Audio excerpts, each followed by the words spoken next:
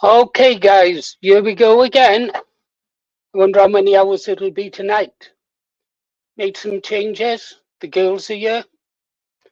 I see Ribeyes on station. Good man, Ribeye. He told me an interesting story today about the first time he spoke to me. way back in time. Who's in the room? Super Cherries is here. I've been told off I'm too fast on the comments. Well, I won't do that anymore then. I'll go nice and slow because Ribeyes a little bit slow on the reading. Yeah, we had a great day. Well, I didn't have a great day. I had a shit day, but you don't want to hear that. Anyhow, listen, let's have a look at something Bad Wolf.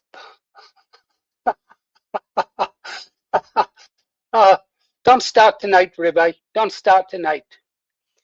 He's proved to be a disappointment. I've been training him for years. Ribeye, are you going to tell him the story of how you met me? Type it up and I'll share it. Or I'll tell it my way. And you won't look good if I do it my way.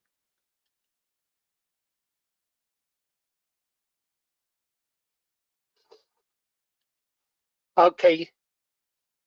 He's not going to tell us, is he? Shall I tell you? Maybe I'll tell you later on. I'll tell you later on. Listen, Bad Wolf, Bad Wolf, Bad Wolf. I've increased the resolution. I think I'll have to do something about that.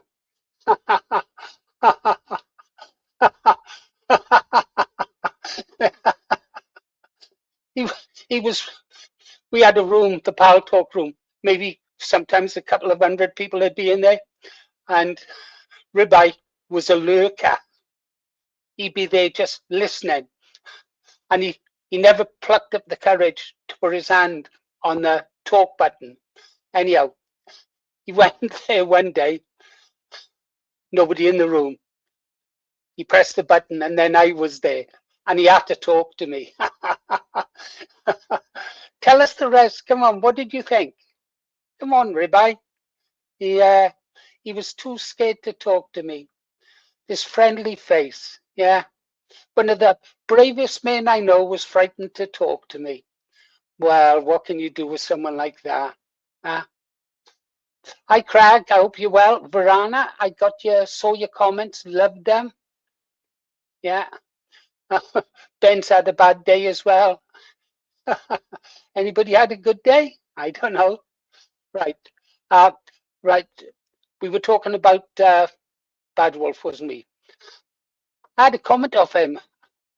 Something about Dark Wolf. And I thought, what is he talking about? What is he talking about? Then it was, I had Ribeye on and he was on, who's this Dark Wolf you're going on about? I said, what are you on about? Bad Wolf was on about Dark Wolf as well. I had a look through. I'd been calling Bad Wolf, what I've been speaking about for days, Dark Wolf. Anyhow, let's get over there. I just logged on and I thought, please, Lord, because although I say I'm agnostic and an atheist, when I'm in trouble, the first person I turn to is the Lord. Right, Lord? Yeah? Yeah. He forgives me. He's pretty good that way. He said, what? He said if he didn't love me, he wouldn't have sent those guardian angels to save my life when I fell overboard. What? Oh, and Aiden, when he had me rescued in Aiden. I think that was it, wasn't it? That's the only time? Any other times? Yeah, might have been a couple of times. Right, let's try it now, guys. I really want to try this. I haven't got a clue what Bad Wolf has done for us now. I really haven't got a clue. I just saw this just as we came in. So not there. It's going to be here. And then I'm going to go there. You know how hopeless I am at this. I have no idea now what's going to happen.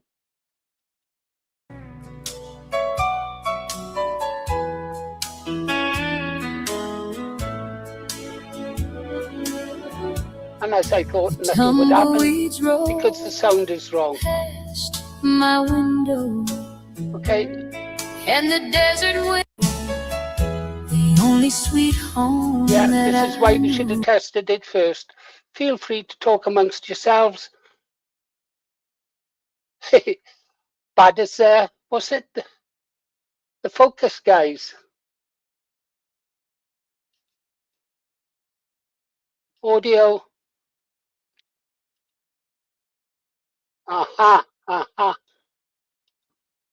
Not that one.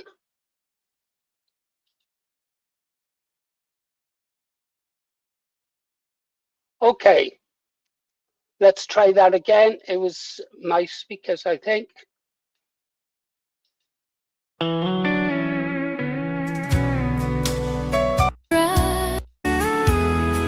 the hard, lonely ground for Everybody come back. And the hard, lonely ground for a bed. I can see it just over the... Let's try.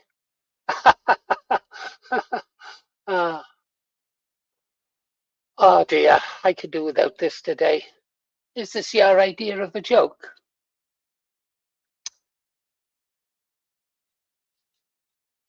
Not at my end, my friend.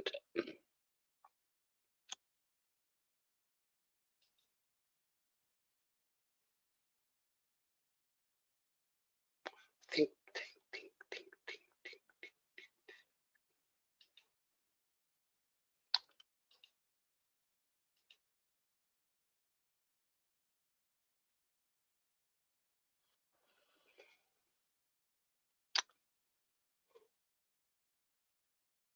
I'm gonna knock you out.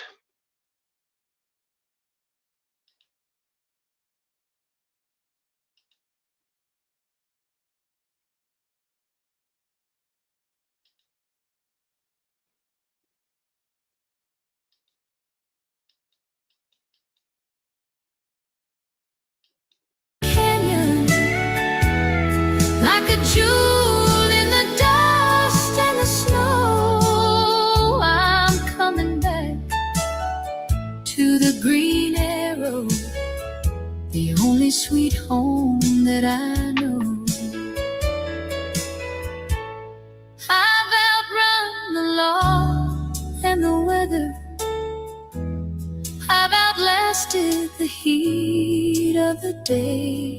But I'm tired of being the hunter when my heart's half a lifetime away.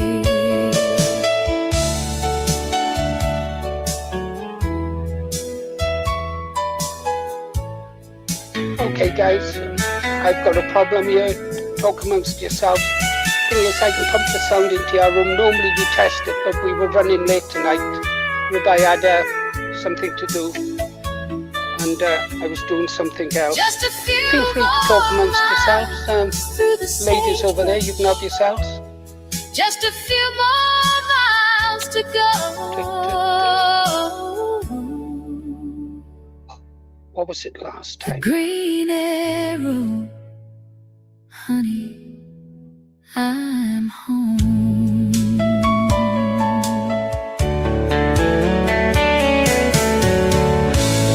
Ha ha ha ha.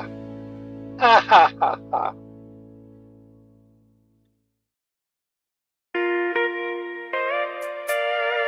Yeah, get off. Go away.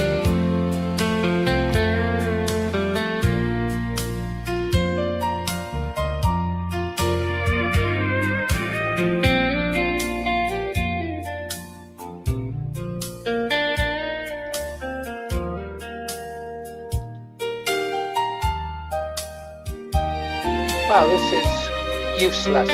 Useless, useless, useless. Remove. The dust settles down away, and the neon starts fading to blue. I've looked for a home in the shadows in every town I've passed through, but There's a light in the window a-calling, like a bell ringing steady and free. I finally found where I'm grounded. Yeah, the green arrow's calling to me. Oh, the green arrow points me back home, where the handshakes are honest, and you're never alone. From the rise of the sun till the stars hit the ground, it's the sweetest refrain that my poor heart has found in a world full of lonesome. I'm finally me, 'cause the green arrows where I Okay guys, this is a bit of a disaster. We've got problems with the sound. I can't hear a bloody thing. is a master I'll call up Ribeye. that leads you to nowhere at all. Ribeye, I'm in Discord. But I've built Are you me a receiving me? bridge over trouble, Come back. and I finally stepped over the wall. Yeah, You can okay keep then. all Well, your we've got no sound. I'm not sure gold where and we go silver, from you guys. You can chat amongst and your yourselves. ships I'll try and out fix it behind the scenes. It might be that I have to close the stream, start again. the peace and the promise. Yeah, it's no good you hearing it. Fine if I can't hear it, because I don't know when to stop or when to play. Just Kingsman. for me. Oh, the green arrow points me back home, where the handshakes are honest, and you're never See, I'm shooting from the hip now because I can't hear a thing. from the rise of the sun till the stars hit the ground, it's the sweetest refrain I'm going to try something that else. my poor heart has found in a world full of lonesome. I'm finally me, 'cause the green arrows where I should be. There's a Bluetooth problem somewhere, definitely. Sometimes you wander so far, I wonder. you forget what it's like to Oh, I belong. wonder, yes, I wonder. But then you see that sign, and you realize you're home.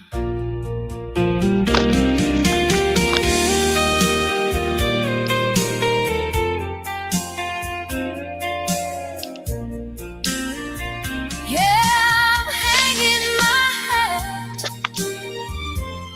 where the spirit is free. The green arrow, that's the path for me.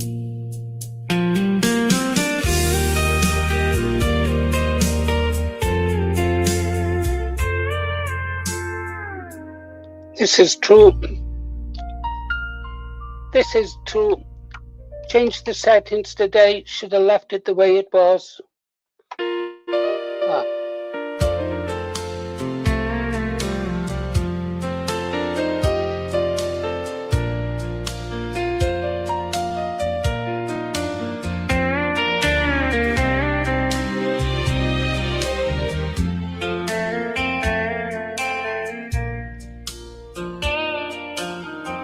The dust 1, 2, 3, 4, settles 5. down Check.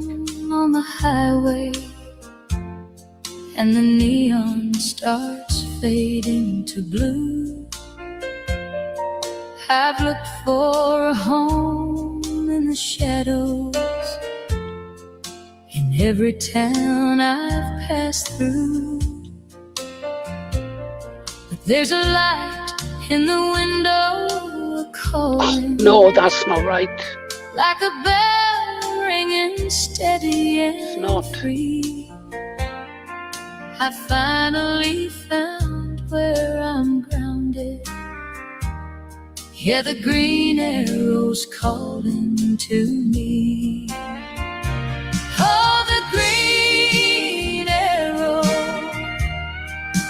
points me back home,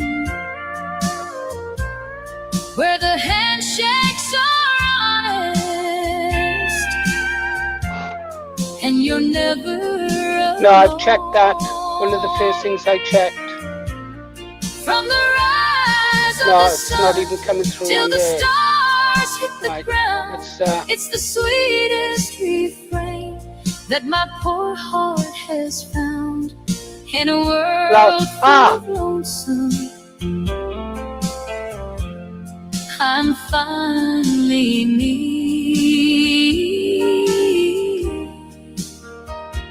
'Cause the green arrow's where I should be. Right. Am I in? Oh. Okay, give me a sound check, guys. I'm really sorry about this. Ribeye, come back. Anybody? No, you've lost me now. All right. Okay. Could we start again, please? Right. I won't mock you again. Right. I'm sorry. Can we just have one night where everything works? Yeah. I know you're busy over in Iran. Oh, right. Here we go, guys. Let's rock it. Yeah. This time we're doing it. Do it, do it, do it.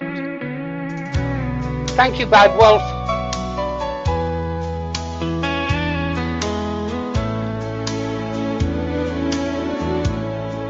The tumbleweeds roll past my window, and the desert wind howls at the door. I've been riding this circuit. This is beautiful. And my spirit is bruised to the core. There's a dust on my boots and my saddle, and the canteen is running on dry. But I'm chasing a silhouette yonder, where the emerald cuts through the sky. Oh, I'm trading the spurs for the kitchen, and the stars for a roof overhead. This is beautiful. I'm sick of the beans and the campfire, and the hard, lonely ground for a bed.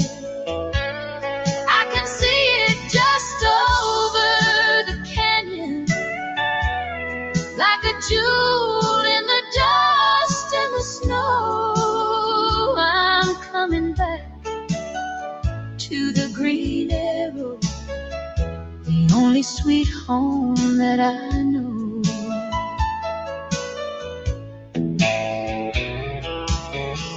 Stagecoach, don't stop here no longer, and the gold mines have all turned to rust.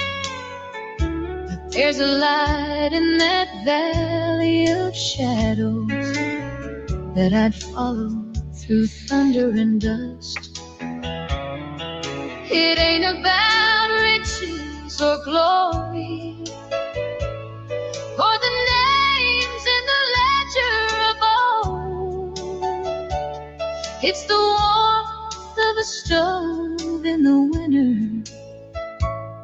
when the prairie turns bitter and cold.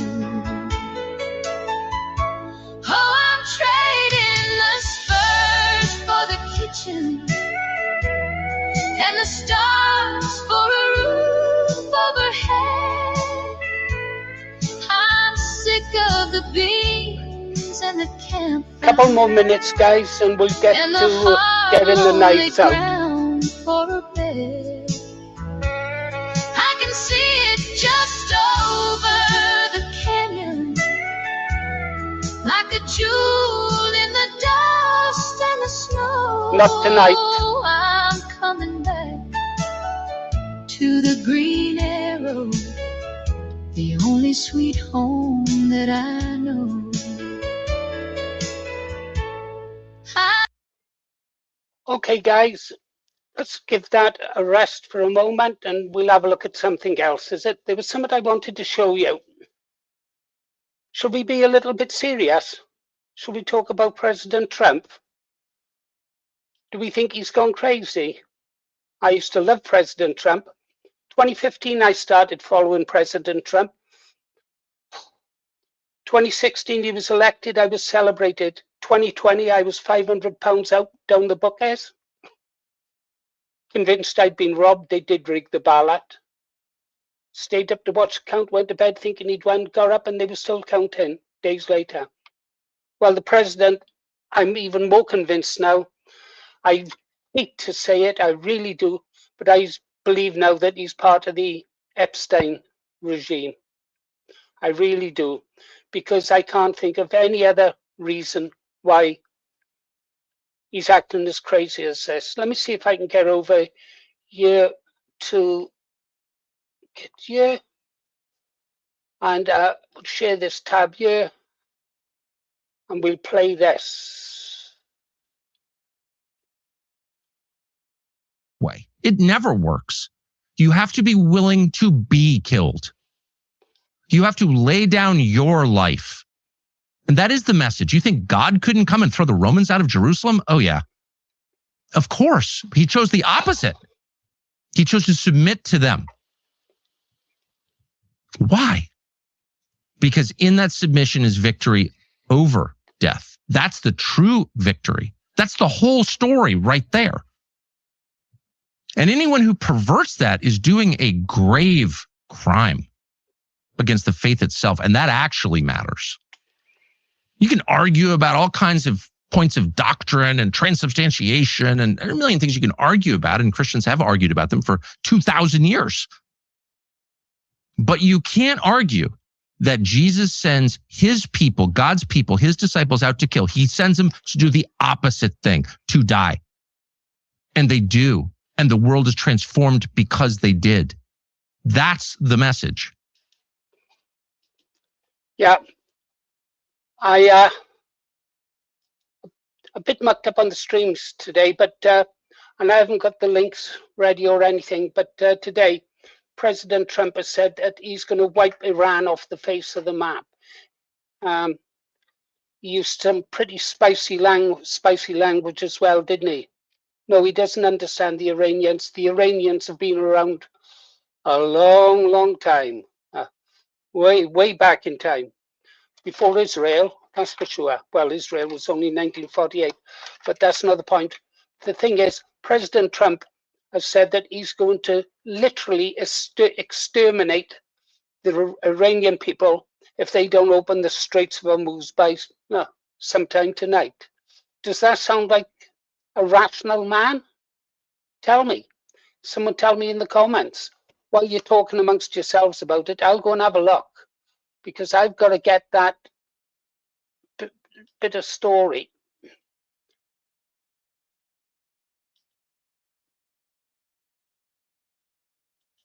There will be nothing like it. Open the effing strait. How dare you speak that way on Easter morning to the country? Who do you think you are? You're tweeting out the F word on Easter morning? You'll be living in hell, as if hell is a place. Hell is a condition, and this is an example of that condition. Just watch. Praise be to Allah. You're mocking the religion of Iran. Okay, if you seek a religious war, that's a good idea. The message of all faith At the biggest picture level is the message in our Bible, which is you are not God. And only if you think you are do you talk this way. This is a mockery, not just of Islam. It's a mockery of Christianity. To send out a tweet with the F word on Easter morning, promising the murder of civilians and then saying praise be to Allah without explaining any of it, you are mocking me and every other Christian because we're Christians. We can't support that. There will be nothing like it. Open the effing straight. How dare you speak that way on Easter morning to the country? Who do you think you are? You're tweeting out the F word on Easter morning? You'll be living in hell, as if hell is a place. Hell is a condition, and this is an example of that condition. Just watch. Praise be to Allah. You're mocking the religion of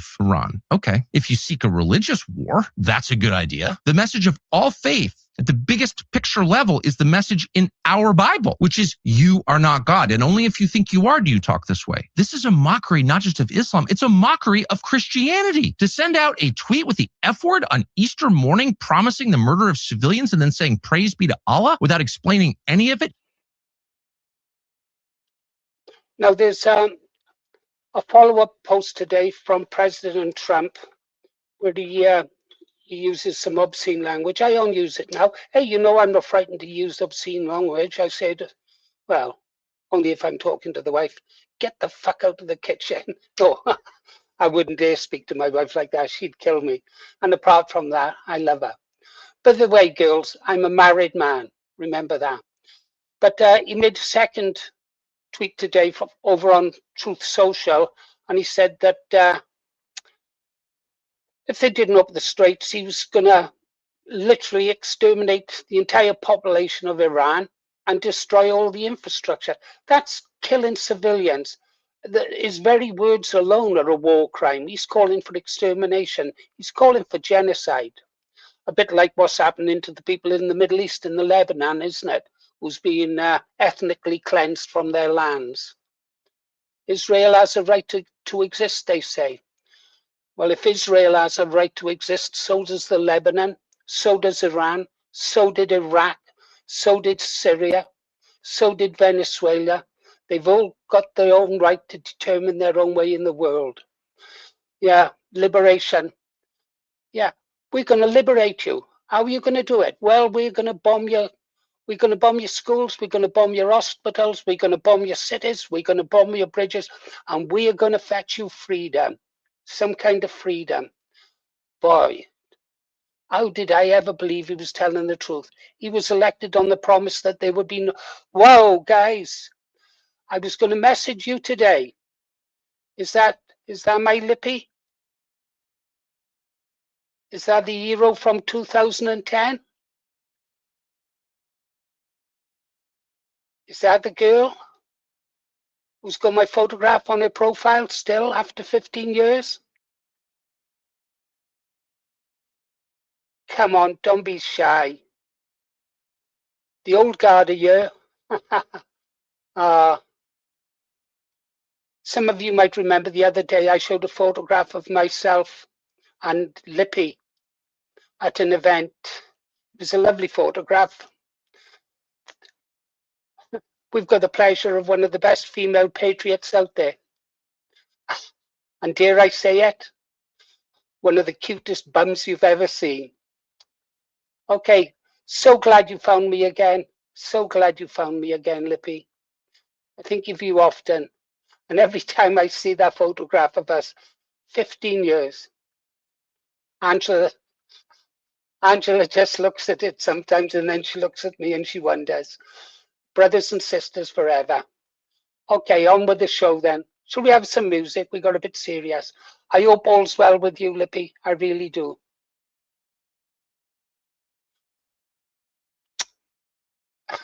What shade of Lippy?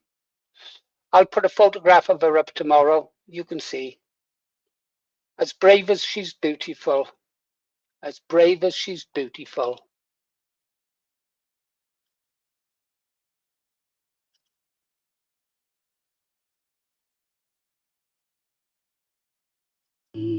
Of the day, but I'm tired of being the hunter when my heart's half a lifetime away.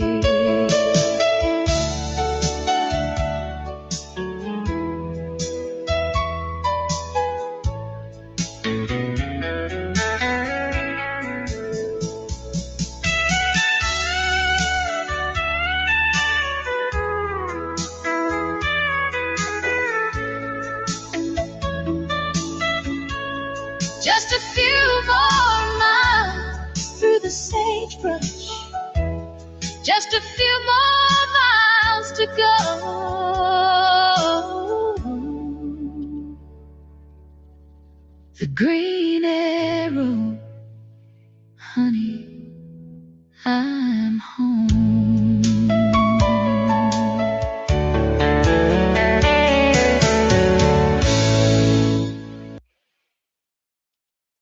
Let's have a look at this new guy we're trying to promote, shall we? Check this out, guys. Welcome back to the Daily Bollocks. Today, we are looking at a man whose ego is completely detached from reality. Welcome to Operation Spare Room, starring Richard Inman as Dickin Man 007. Let's look at what happens when a fragile ego meets the reality of demonetisation. When most broadcasters lose subscribers, they realise their content just isn't hitting the mark. But when Inman lost his revenue, he manufactured a Hollywood-style espionage thriller to avoid accountability. He complained that messages started coming on the phone when he was demonetised and admitted people were saying, "Oh, Richard's gone off the reservation. He's a conspiracy theorist." They were right. Let's look at the grifter's stages of psychological grief. When YouTube revenue gets cut, a normal person accepts their channel's failing and tries to make better content. Not Richard. He refuses accountability. He blames the algorithm. He blames left-wing trolls. He blames the Muslim Brotherhood. And finally, he invents a deep state spy thriller. He is actively manufacturing a global conspiracy to explain his low engagement. The delusion? He claims an international Islamic syndicate with very deep pockets and shadowy characters is after him, literally stating it's an Islamist plot. Islamists trying to destabilise our movement without a shadow of a doubt. The reality is just a standard algorithmic penalty for violating terms of service. Let's look at the pathetic economics of this so-called international target. With total YouTube and platform revenue around £600 a month and a Twitter payout of £30 a month, he actually expects you to believe international organisations are funding a coordinated strike against the £600 a month live stream. But here is the absolute peak of delusion, rejecting British intelligence. In his fabricated MI5 field report, he claims, "I got approached by a special branch in Northern Ireland. They tried to recruit me as an agent very clumsily, and he bravely told them to sling your hooks." He genuinely claims the deep state is terrified of his spare room broadcast. In his mind, there's an unholy alliance formed to stop a spare room podcast. MI5 at London HQ, the deep state in Westminster, and unknown mosques have all teamed up. This unholy alliance is united by one terrifying goal, slightly decreasing Richard's ad revenue. It's Hollywood espionage versus mundane reality. In his delusion, he's an international super spy, a massive threat to the international global order, and actively monitored and targeted by MI5. In reality, he's just a bloke full of it, rapidly losing cultural and algorithmic relevance and monitored by absolutely nobody. Let's look at the true audience of this international thriller. Zero active agents watching. The intelligence agencies aren't watching your channel, Richard. Nobody is.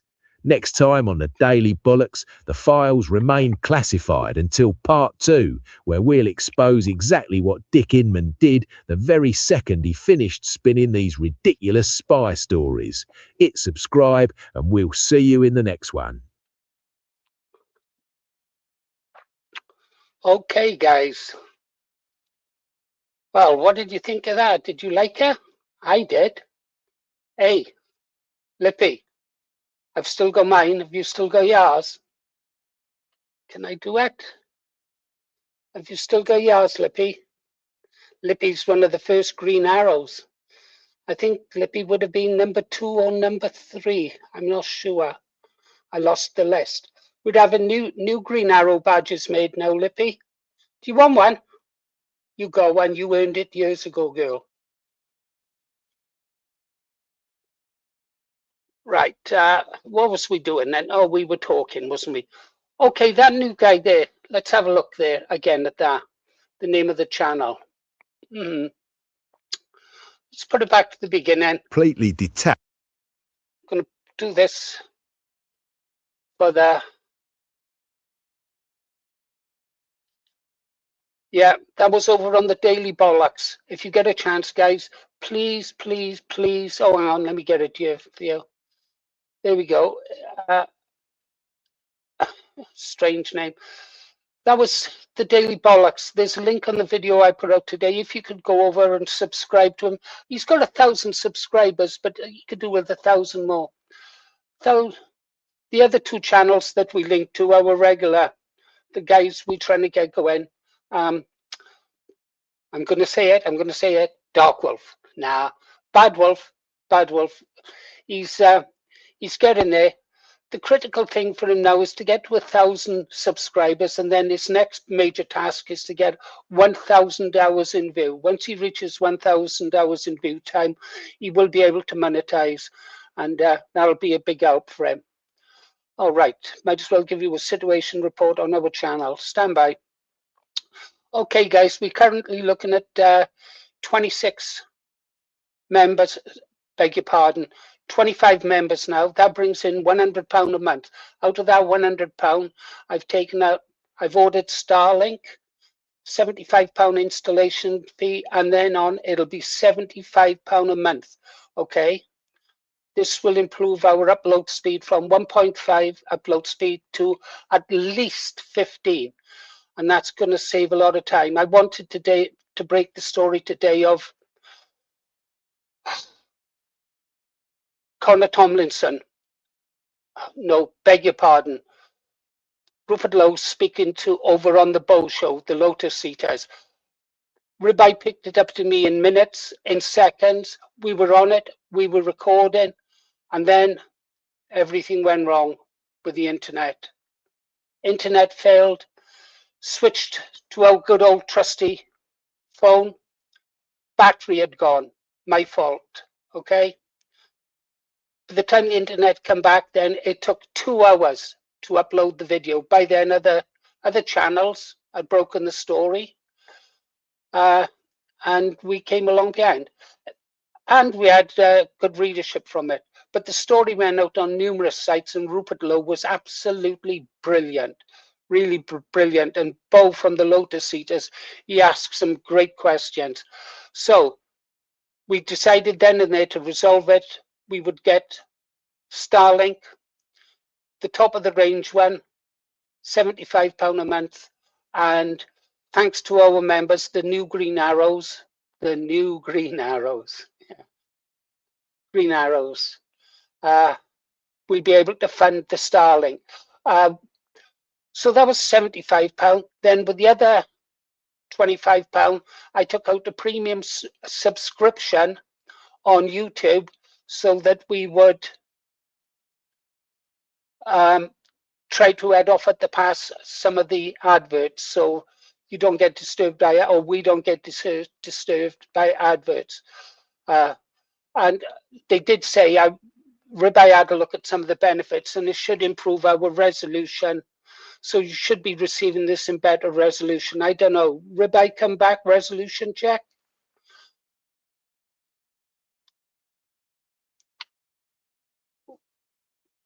White coats. Those girls look just fine. I just hope they're on time for work tomorrow. It's the Korean girls I can't handle. The British girls are no problem at all. They cook, they do stuff. One good thing is now we won't have to be bothered by those American tourists coming in once a week. Ribeye has to show them around. If you remember, we had those, I think they were from Kentucky or California in last week. Yeah. Oh, and Lippy, whatever you do, don't mention Ribeye's old identity. We've got to keep that secrets for reasons I'll tell you about another time. Okay? Come back with the one, Lippy. Let me know you understood that. Oh, 70. It didn't have it then. I set it to 1080p, Ribeye. Never mind. Okay, guys, let's have a little bit of music now, because I'm loving this music from Bad Wolf. Is Bad Wolf? Is Bad Wolf with us? I don't know.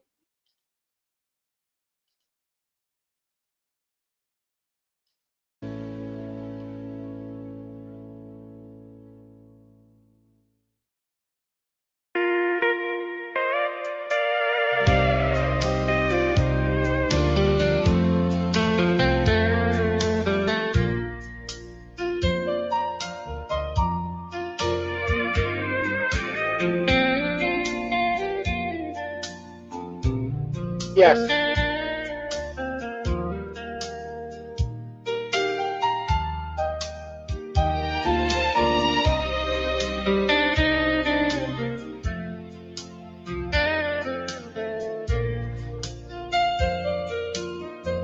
The dust settles down on the highway, and the neon starts fading to blue. I've looked for a home in the shadows in every town I've passed through. But there's a light in the window calling, like a bell ringing steady and free. I finally found where I'm grounded. Yeah, the green arrow's calling to me. Oh, the green arrow points me back home. Beautiful, beautiful, beautiful. Where the handshakes are honest, and you're never alone.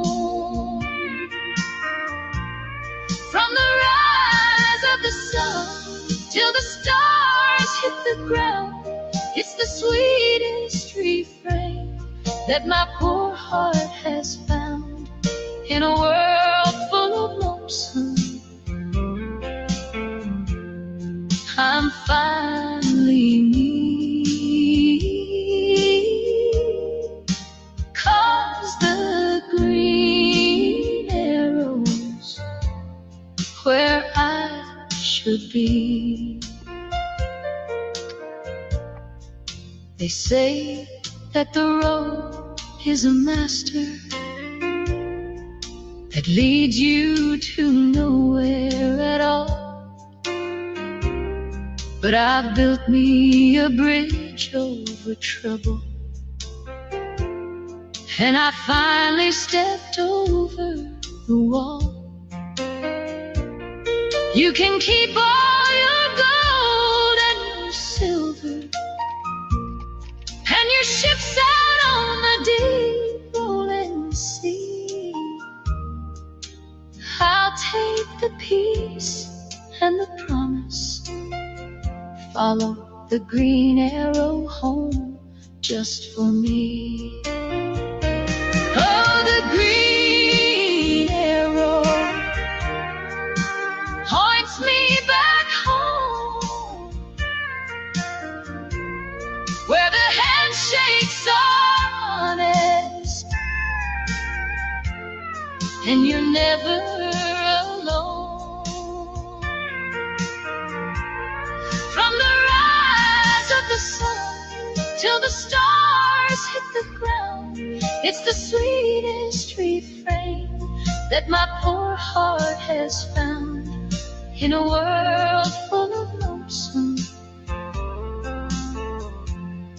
I'm finally me, 'cause the green arrow's where I should be. Yep, everyone should be in the green arrows. But guys, you've really got to put pressure on Ribeye. You've really got to put pressure on him. I told you about the first time he met me and he was frightened to speak to me. Makes me sound like a monster, doesn't he? Makes me sound like a monster. I'm going to make an announcement at 9 o'clock, guys. Yeah, 2100 hours, I'm going to throw down the gauntlet and I'm going to issue a challenge to two people. Can you guess who I'm going to issue a challenge to? Let's see it in the comments. Who do you think I'm going to issue a challenge to? Oh, flipper, flipper, flipper. No, no, it's not you. For once, it's not all about you. The universe, the earth doesn't revolve around you, Ribeye. The earth revolves around the sun. I know, I know. You're the crown prince. You're not the king yet. I'm not dead yet. Anyhow, if you have your way, Ribeye, I'm going to live for a long, long time. Ribeye says that if I put my trust in him, he could make me live for another 50 years. That would make me 125. That would make me 125. Do you think you could make me live for another 50 years, Ribeye? No, Lee, not Inman and Thorpe. Oh, half right. Okay, you named one of them. How long then, Ribeye? Long enough for me to see my great-granddaughter go to university? If you can do that, I'd appreciate it. Then I'll die happy. Well, I won't die happy. I'd probably be a bit miserable, like I never found out what happened at the end of, well, anything. I don't watch anything. Saxon Thor rocks. Saxon Thor really does rock. His shows are brilliant. He inspires me, Saxon Thor. He's so creative. The way he puts his stuff together is brilliant. Hey, Saxon Thor, if ever your channel goes down the tube, come over, join the Green Arrows, and you can be our artistic director. Is that what they call her? Yeah. Okay, guys, let's have a look. Oh, no. Keep it a surprise. 2100. You're running ahead of yourself again, Green Arrow. It's going to be a big challenge. It's going to involve lots of money, lots of big balls. And we'll soon find out who's got the big balls. John says it's the Brighton bottler and Dickin man. Yeah.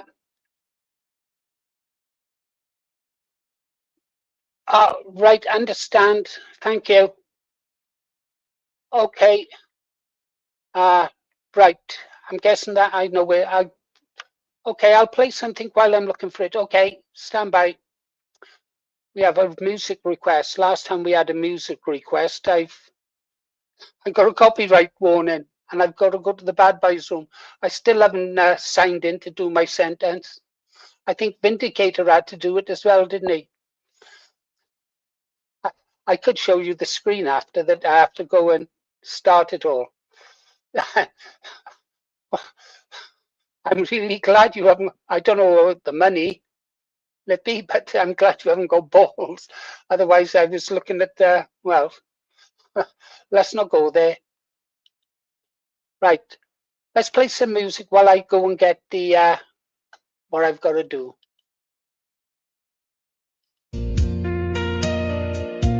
You know, right. Sometimes you wander so far, you forget what it's like to belong. But then you see that sign, and you realize you're home.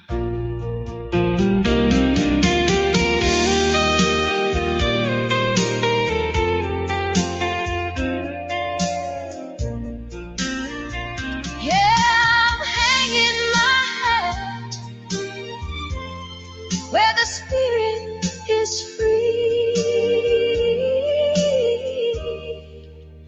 the green arrow, that's the path for me.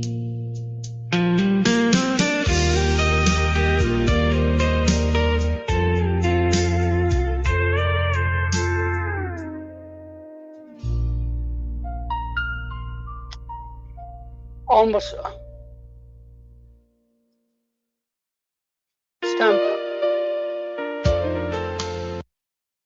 Stand by, guys.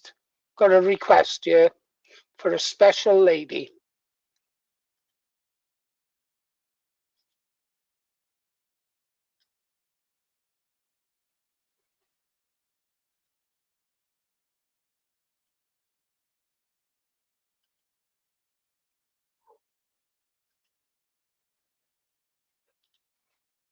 What's going on?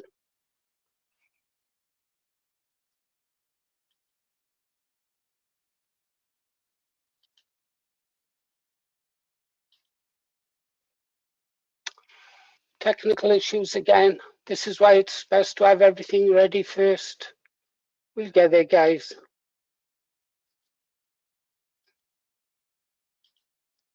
This is what you get when you get a geriatric old age pensioner.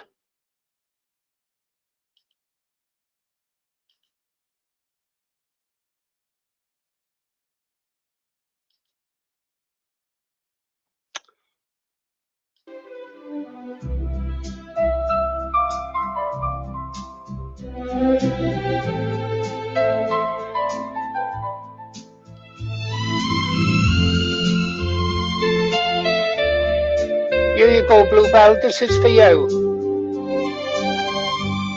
The bluebells bloom in the valley deep, where the secrets of the mountain keep.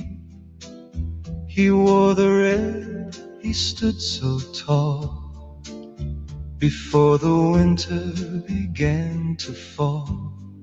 A Welsh guard's heart, a steady hand, the finest soul in all the land, with a voice like Frank in the pale moonlight. He'd sing away the coldest night. Oh, he was 21 and full of grace, with a hero's light upon his face. Between the stars and the velvet sky, the old songs never really die. A Peggy Sue smile and a heart of gold, a story that will ne'er grow old. 21 summers, brave and free, a bluebell in our memory.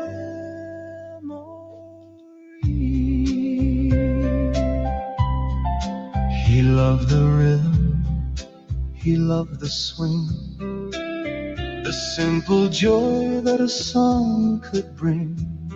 From the barracks hall to the kitchen floor, he'd hum the tunes from the days of yore. But Judy called across the phone, far away from the hills of home. He gave his all for the red and blue, to keep the peace for me and you. The brass is polished, the boots are bright, a silent watch in the middle of night. Though the record skips and the years fly past, the love he left is built to last.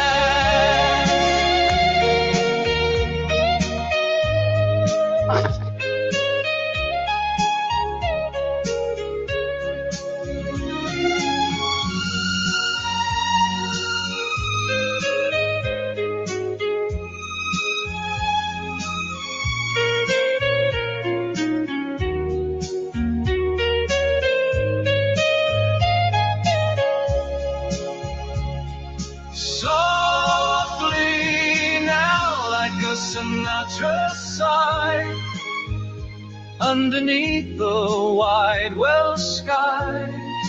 21 years, a hero's part, forever singing in my heart.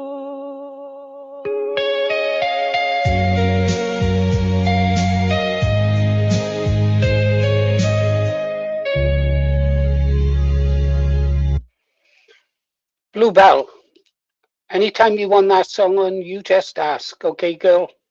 You just ask. I'll keep it up on the top. You say play it, I'll play it. Anytime at all you want it, girl, you got it. Respect. All right, is it 9 yet? I know. Let's go have a look at this. Oh. Okay. Israeli army faces growing troop shortage as multi-front war stretches forces.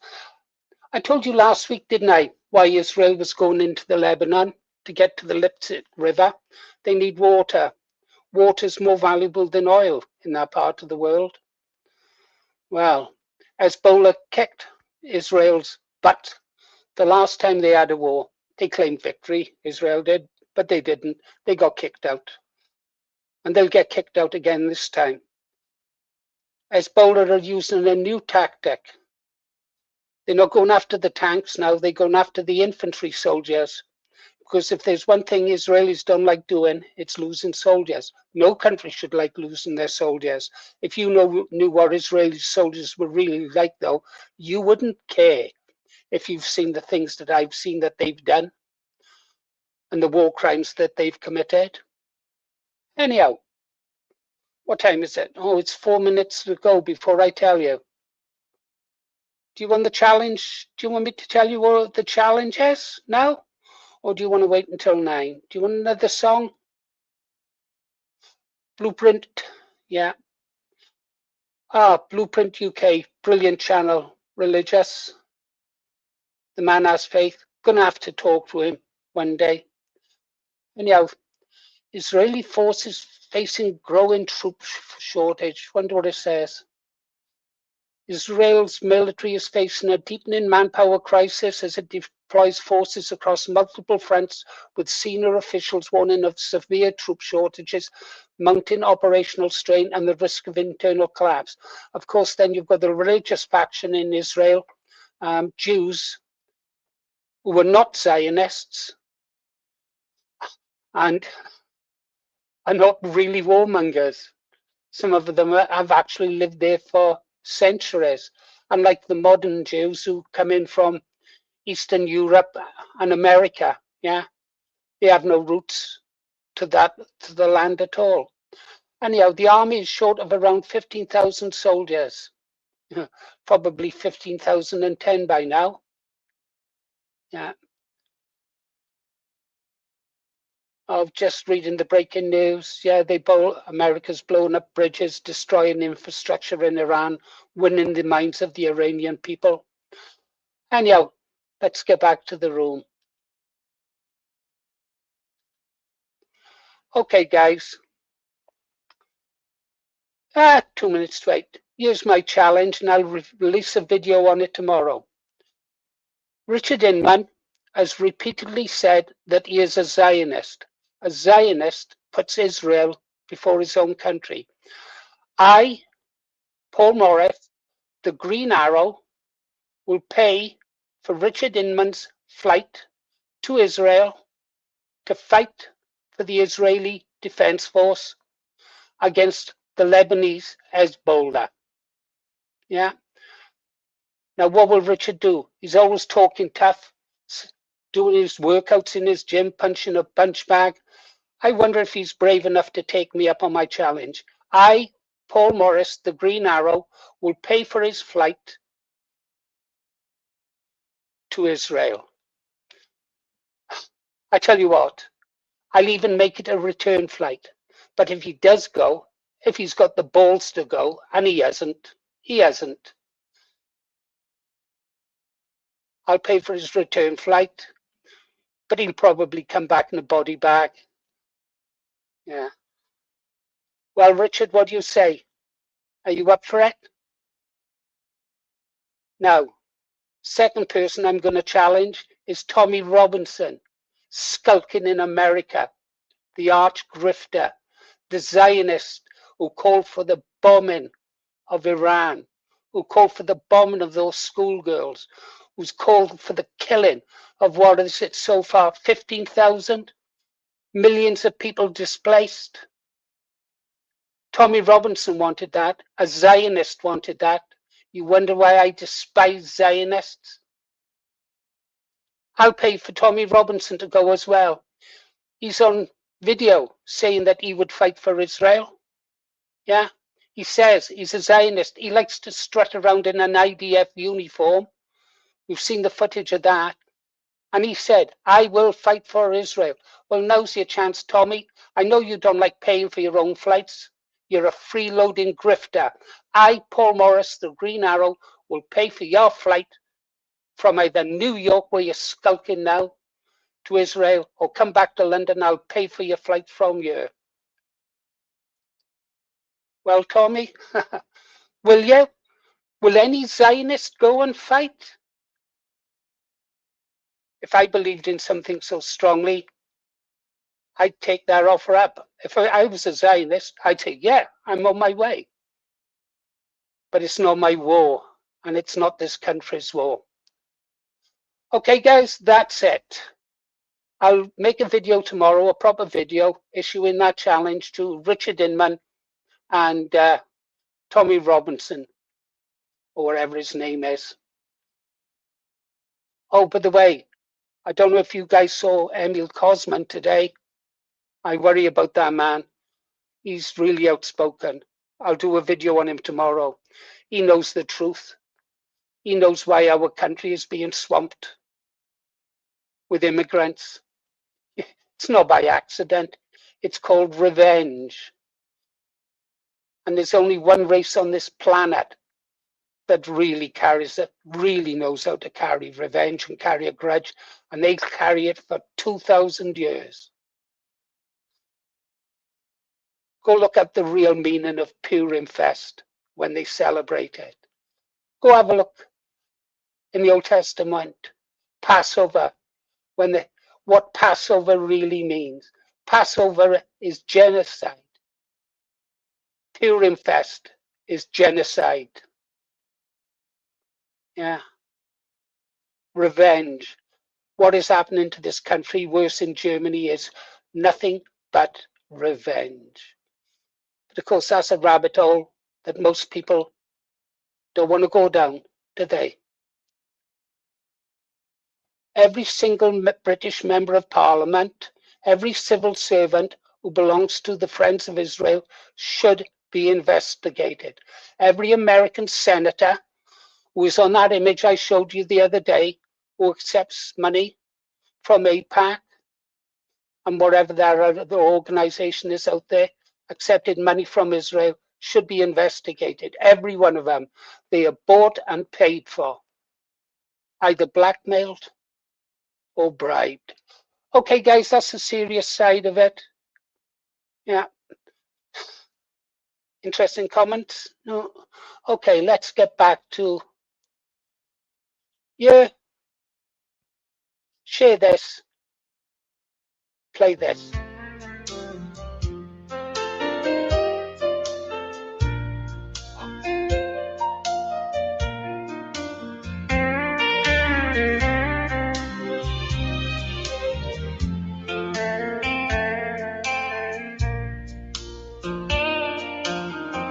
The dust settles down on the highway, and the neon starts fading to blue. I've looked for a home in the shadows in every town I've passed through. But there's a light in the window calling, like a bell ringing steady and free. I finally found where I'm grounded. Yeah, the green arrow's calling to me. Oh, the green arrow points me back home, where the handshakes are honest, and you're never alone.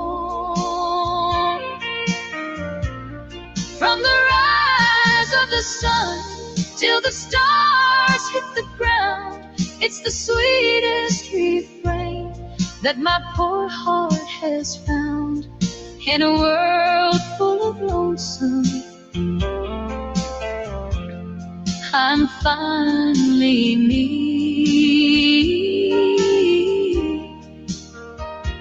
'cause the green arrow's where I should be.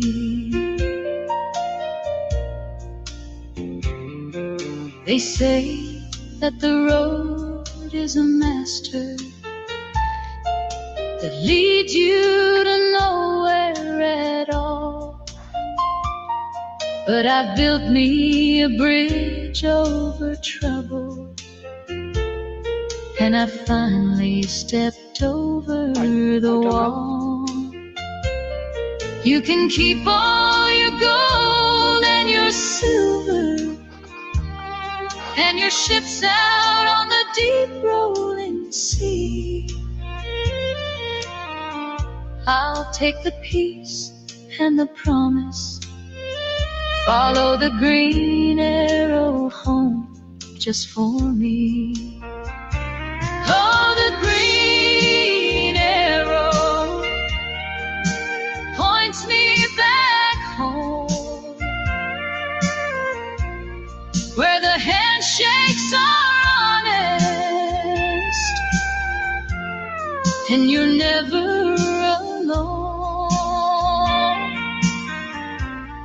From the rise of the sun till the stars hit the ground, it's the sweetest refrain that my poor heart has found. In a world full of lonesome, I'm finally me,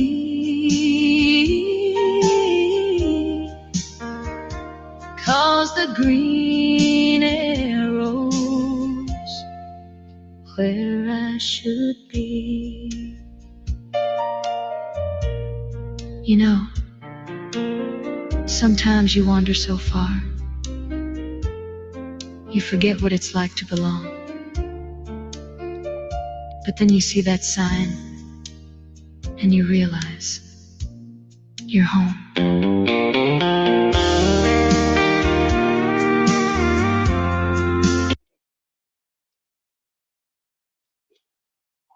Oh, okay, guys.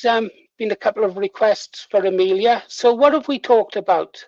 I threw down the gauntlet to Tommy Robinson, Yaxley Lennon, and I've thrown down the gauntlet to Richard Inman. I just wish I had the courage to ask my wife to make me a cup of coffee, but my balls ain't that big. Right, what are we talking about? I'm not watching the screen, waiting for mass to fall. When you know you're home, you're home. Indeed. Just going through the comments. Ah, yes, somebody understands. Somebody understands. If you don't know what the Kalergi plan is, you should go and look, guys. I haven't got no rum. You stopped me drinking rum. Never been so miserable.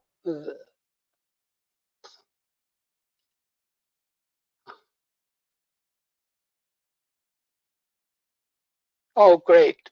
I expect Lee's got rum. Everyone's got rum. Everyone's got rum. What's that song by that guy, Farley? Out of time. You're out of time, my baby. My sweet old-fashioned baby. You can't come back. Thinking you're still mine. Hey, bad news, Goldie. You've got competition. It's a girl from the past. She walked into our bar tonight. Oh dear. Name's Lippy. I'll show you a photograph tomorrow.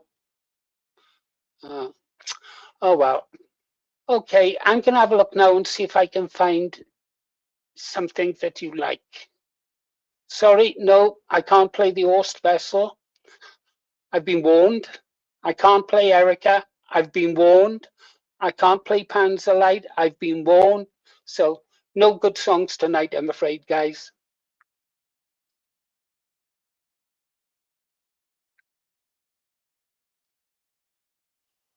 Let's have a look at this.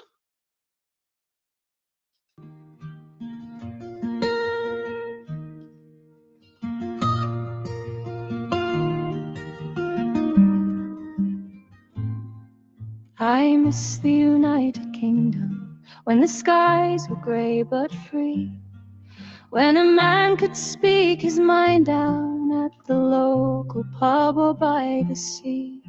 We queued for a pint without a fuss, and the bobby wore free. Now the streets feel strange and silent. I love you. Watching every street. Oh, I miss the United Kingdom, the one that used to be, where the flag flew proud on mast from Land's End to the sea.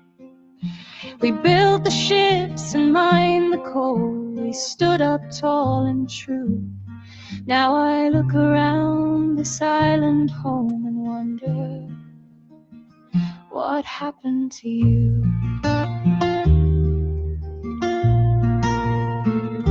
I miss the corner shops and markets where the butcher knew your name.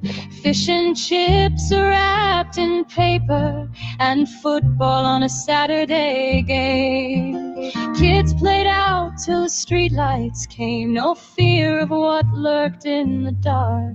Now the high street's full of empty windows and the future's lost its spark.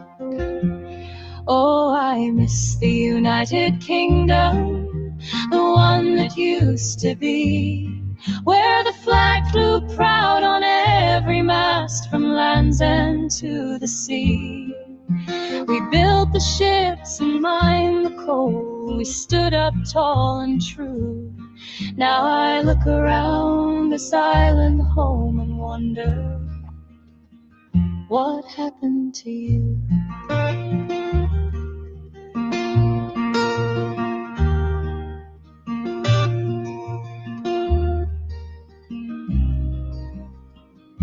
I miss the summers in the meadows, blackberries ripe along the lane, the village fed with brass bands playing and no one asking for your name. We fought the wars and won the peace with tea and quiet dignity. Now the telly screams division and they've changed the rules on you and me.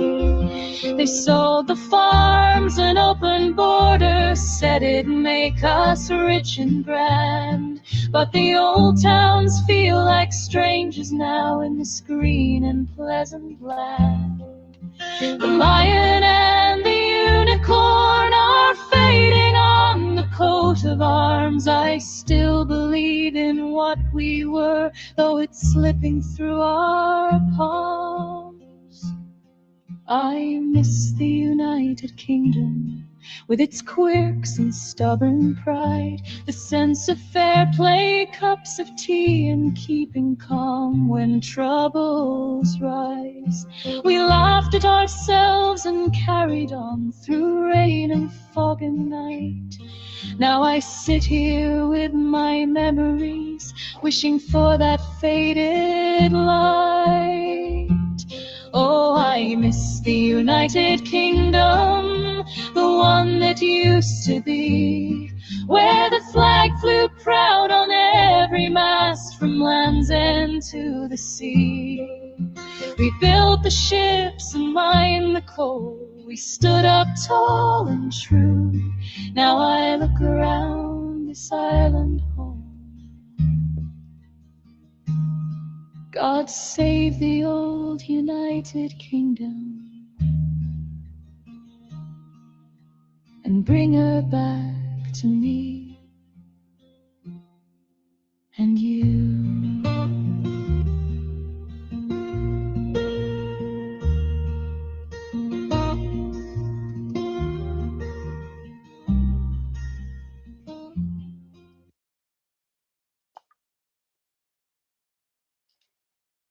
Wow, I like that. I liked all of them. I haven't watched many Amelia ones, to be honest, guys. I haven't watched many of them. They're good. Right. Anything else we've got to talk about? We come to the conclusion then that President Trump is insane. We threw down a challenge. We've welcomed Lippy back. Wow, been a long time. Been a long time.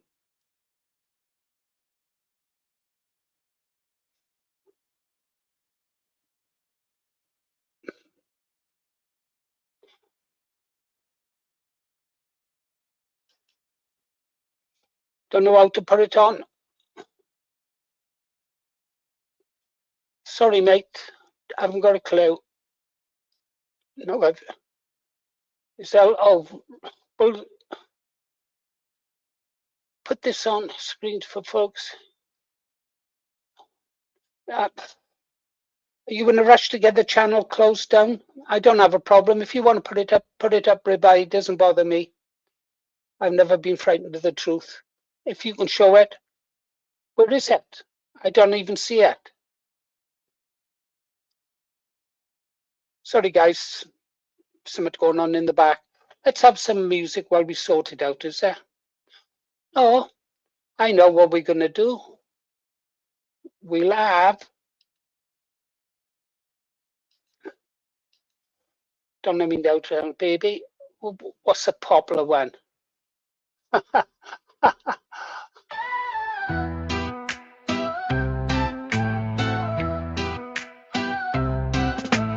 In the echo chamber where the virtue signals blare, you can't crack a joke without a trigger warning glare. They hunt for microaggressions like it's big game sport, while real problems rot ignored in their woke court. Pronouncing bios allied badges pinned with pride, but cross their hive mind and you're crucified. They ducked your ass for a tweet from years ago. Hypocrites in yoga pants putting on the show. Kiss my arse, you sanctimonious scum. Your outrage is fake, your empathy numb. Shove your safe spaces up your collective rear. I'm laughing at your tears, crystal clear. Kiss my arse, you cancel culture creeps. Your mob rule sucks, now go count sheep.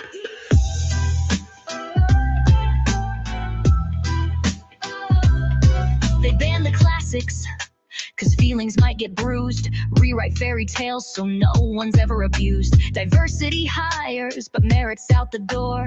Quotas over quality, what a bloody bore. They scream intersectional from ivory towers tall, while stepping on the little guy, watching empires fall. Full feminists cheering for men and women's sports. Biology's a myth in their twisted reports. Kiss my arse, you sanctimonious scum. Your outrage is fake, your empathy numb. Shove your safe spaces up your collective rear. I'm laughing at your tears, crystal clear. Kiss my arse, you cancel culture creeps. Your mob rule sucks, now go count sheep.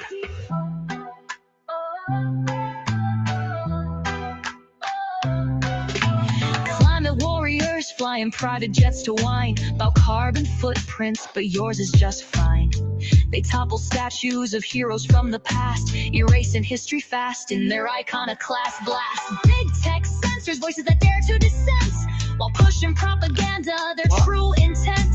Well, capitalism sells you rainbow merch galore. I need that from it. Profiting off division, Have you got any more? always wanting more. All the ironies If you thick got like one. their soy latte Thanks, foam.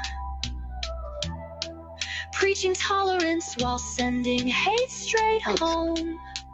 If you're white, straight, or male, you're the devil incarnate. Original sin reloaded, sealed by their dictate. But here's the truth bomb dropping Thanks, love. from on high. Your movement's a cult, and it's time to say goodbye.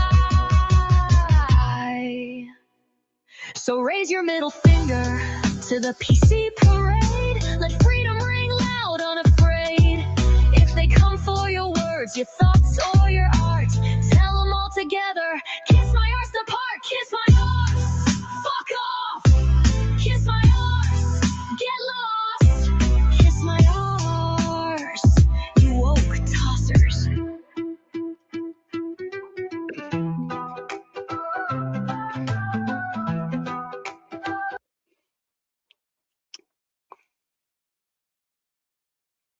Well, what can I say? Most of these, well, I've never seen these before. Haven't seen these before. Wonder where they go in.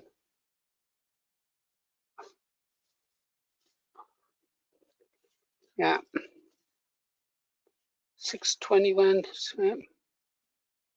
No thanks, love. Oh.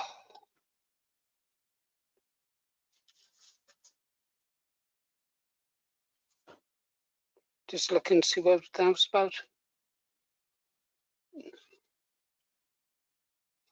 Okay. My wife does love me. Look, she brought me in. I don't normally drink it. It's our emergency rations. We didn't go shopping today. My wife hasn't been very well.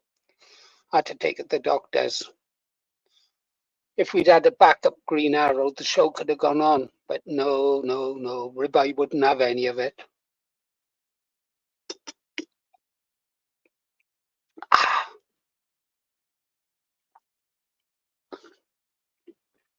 It's horrible.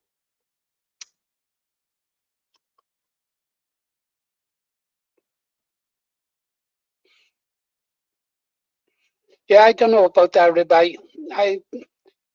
Is that copyright free stuff? Because everything you pick causes me to get warnings or restrictions.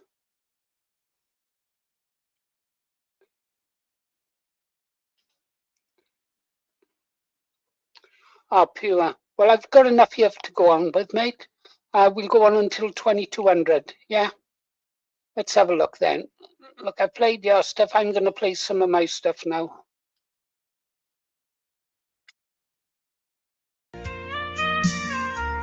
Yeah, I'm hanging my head where the spirit is free. The green arrow, that's the path for me.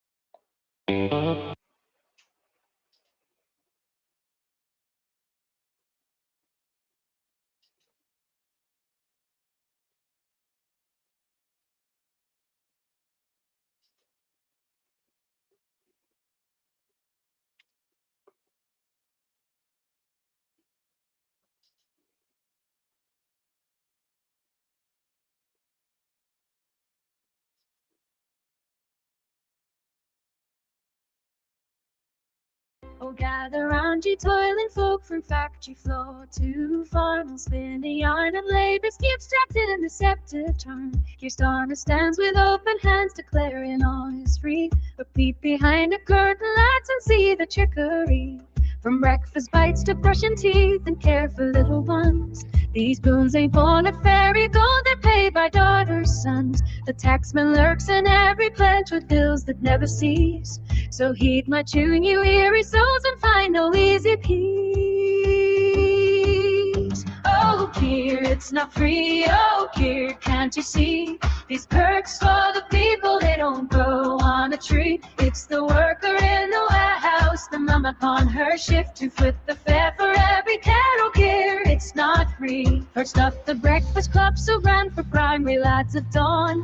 A hearty start without a charge from early light till morn. Funded by tax on private schools, $1 billion here or there. But when the levies come a-calling, it's the public who must spend. No magic coats or milk or gear, no costless feast divine. It's pay and allocation squeezing every line. Oh, dear, it's not free. Oh, dear, can't you see? These perks for the people, they don't grow on a tree. It's the teacher in the classroom, the driver on the load, who paid a price for paradise. So dear, it's not free. Next, the toothbrush scheme rolls in for tots from 3 to 5. Supervised rubbing in the schools to keep the smiles alive. $1 billion boost to NHS for paste and brushes bright. But efficiency savings, iron taxes hiked at night. Preventive care sounds noble, true, no fee at point of use. Yet public purses plunder deep, but water could ever lose. Oh, here, it's not free. Oh, here, can't you see? These perks for the people, they don't grow on a tree. It's the nurse upon rounds, the baker wise and early, who bear the load on every road. Oh, dear, it's not free. And Orange alkali disbanded, white 30 a week for we. From 9 months old to school, yeah, both for work and family spree. Billions poured from government vaults for more each year, they say. Subsidized by income tax and Neela, come what may. No hidden elves to mind the bands, no costless nursery play. It's you and I who fills it till day after weary day. Hey, here, it's not free like here, can't you see? These birds for the people, they don't grow on a tree. It's the shopkeep rounds and coins, the bell, the lane brick. Who foot the bill, but every thrill care, it's my fee. And last, the NHS enhancements, grand prescriptions free as air for kids and elders. Check up swift with billions in repair. 22.6 they pledge for trials and weights reduced. But taxes rise, employers high, the workers introduced. Free at the point, that's the claim, no point on patients' hand. Yet from my wages, deep it drains across this burning land. It's not free, oh dear, can't you see? These perks for the people, they don't grow on a tree. It's the dreamer and the doer, the folk just like me, who pay the fare for every care, oh dear, it's not free. So lift your voices on a start, from highlands to the shore. Demand the truth in every booth and settle for no more. For pledges bite may dazzle eyes, but shadows hide the cost. In labor's world of free delights, it's freedom that is lost.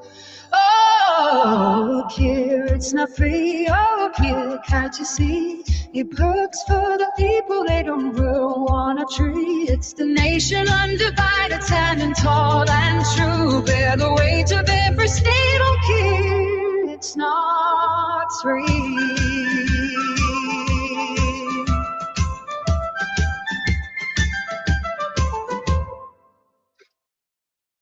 Okay, I like that. But listen, I got a request here, so we're going to have to play it. Let me come in here first. Come here. Share this.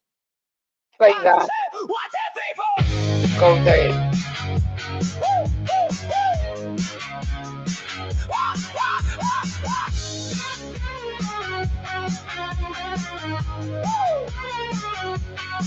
There's some big skin and a knockoff shirt, looking for the gold in the Spanish dirt. He's got a pine lager and a selfie stick, serving up a story that's a little too thick. He's the king of the coaster, so he claims, but he can't quite remember all the locals' names. Just hit a record and let the nonsense fly underneath the heat of a Costa sky. He's a human clickbait and neon sign, blurring out the facts and the bottom line.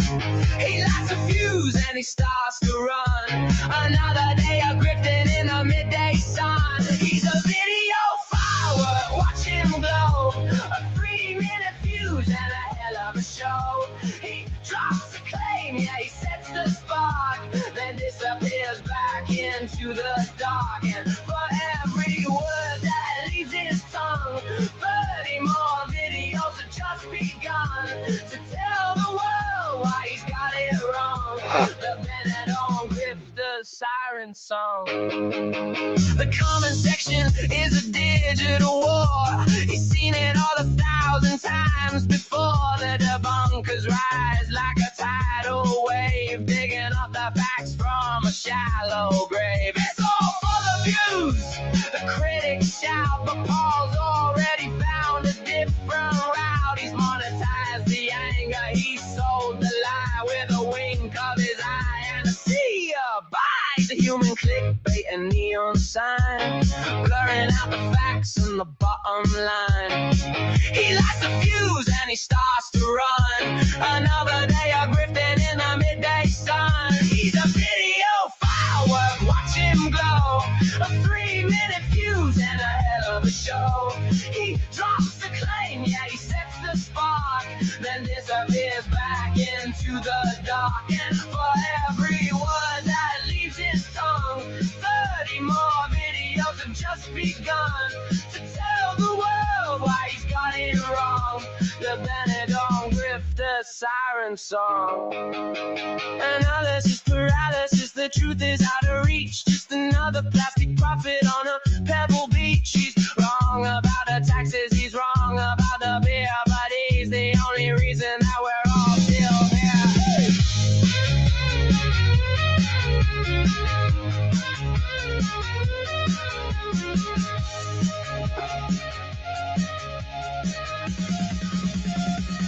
He's a video file worth watching glow. A 3-minute fuse and a hell of a show.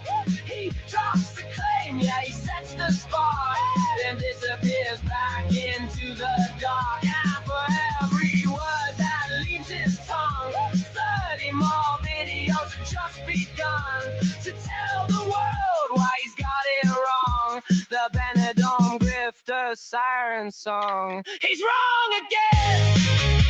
Yeah, he's wrong again. Just hit the bell. Subscribe to the mess.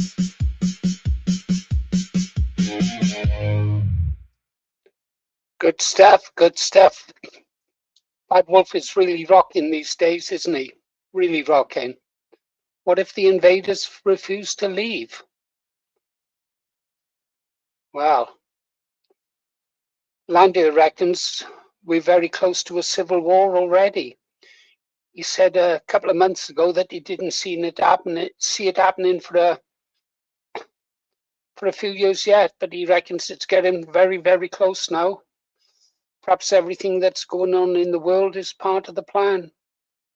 There are some crazy people out there on a strip of land that doesn't belong to them, are praying for Armageddon.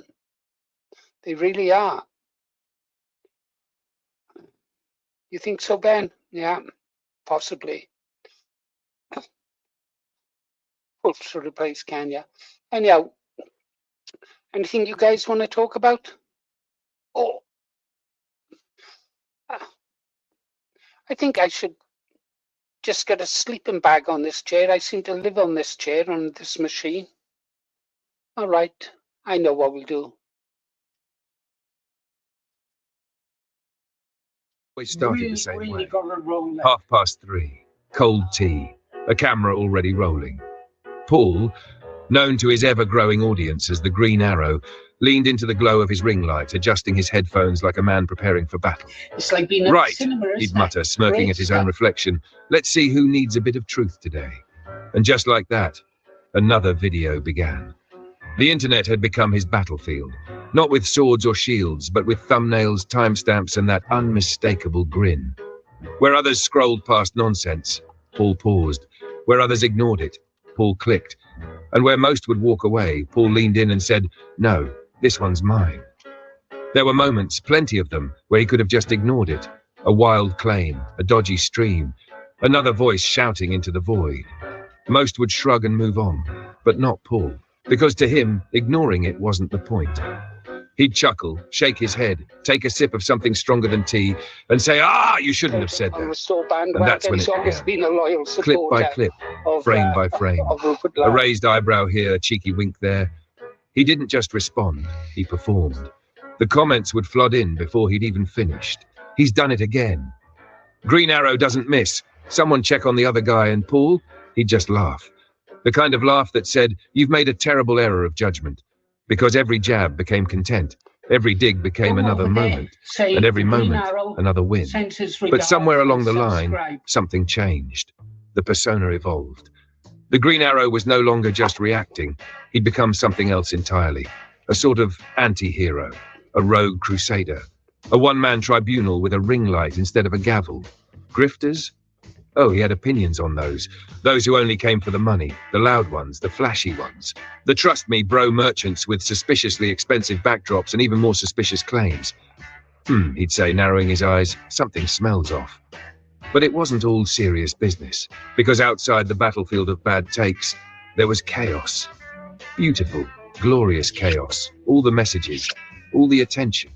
And unfortunately for Paul, apparently all the ladies. Now, to be clear, Paul remained a married man. No use to Very that. much so. I'm married. The chat would light up, messages flying, reactions piling in. And suddenly, there it was, a full-blown digital stampede. "I love you, Paul." Notice me. Green arrow, please. And Paul would just sit there trying to keep his composure, as if he wasn't being metaphorically chased across the screen by what can only be described as a slow-motion montage of chaos, cheeky comments, and very enthusiastic enthusiasm. At one point, if you squinted, it was practically a Benny Hill sketch, but he never bit, not once. I'm a married man, he'd say calmly, as if that explained everything, which, to be fair, it did. And then, every now and again, he'd glance at the camera, pause, give a small knowing wink, and the entire chat would lose its collective mind. Meanwhile, far away from the noise, there was silence. Mr. Thorpe, a name that lingered in the background like a forgotten footnote. Paul had checked once. Curiosity, really. The last time he looked, 8 subscribers. 8, not shouted, not mocked, just noted. Because not everyone stays in the game, and not everyone builds something that lasts. But Paul, he kept going. Night after night, stream after stream, turning nonsense into content, turning noise into momentum, turning a camera into a stage. And whether you loved him, doubted him, or were just there for the chaos, you watched, you listened, and eventually you understood. Because in the end, the Green Arrow wasn't just a man online. He was a phenomenon, a legend, a mildly confusing force of nature with very strong opinions and impeccable timing. And somewhere, off in the distance, you could still hear the faint echo of that laugh, the grin, the chase. The Green Arrow has wrapped up his stream, reminding everyone to vote for Restore Britain. After signing off, rumours started flying, some saying the legend went off to celebrate in wild fashion. But of course, that's just hearsay. Let's not forget, he's a married man to a lovely lady. On a more serious note, Focus on Britain would like to extend a big thank you to the Green Arrow for his support and for sending his community our way. The positive responses have meant a lot and truly help us grow. Half-fast, 3-screen glow, green coat, see wild theory, listen close, he says. He's pacing around a room where nobody stays. Anxious, angry, arrogant, while he's on a mission with the truth in his hands, calling out the grifters across the lands. Green Arrow of the online streets. Green Arrow of the online streets. He don't miss, he just reloads, winks at the camera and he hits the road.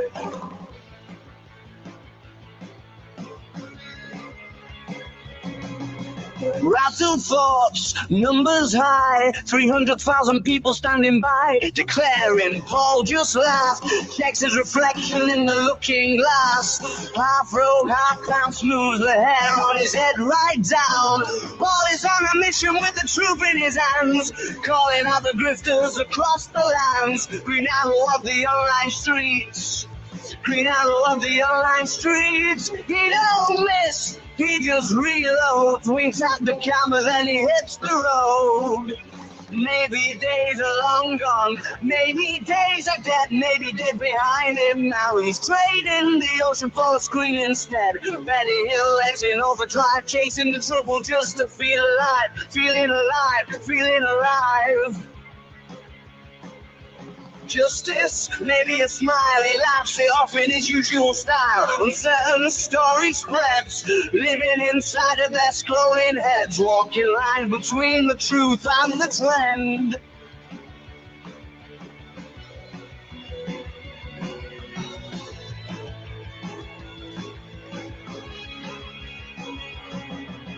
Well, he's on a mission with the truth in his hands, calling out the grifters across the lands. Green Arrow of the online streets. Green Arrow of the online streets. He don't miss, he just reloads, winks at the camera, then he hits the road. Restless heart, restless mind, debt unpaid, left behind. Keep on talking, talking, talking into the night. Oh, what's this one? This one looks racy.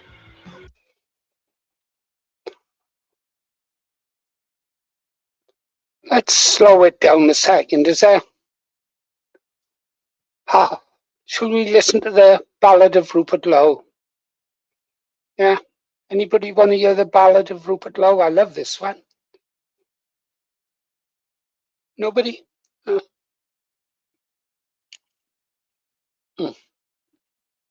All alone am I. Have some of this.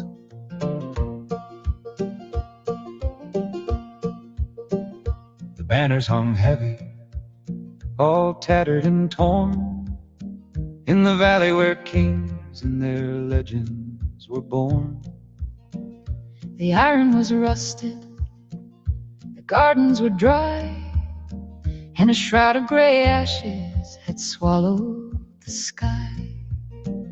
For years we had drifted, for years we had strayed, while the stones of our fathers began to degrade.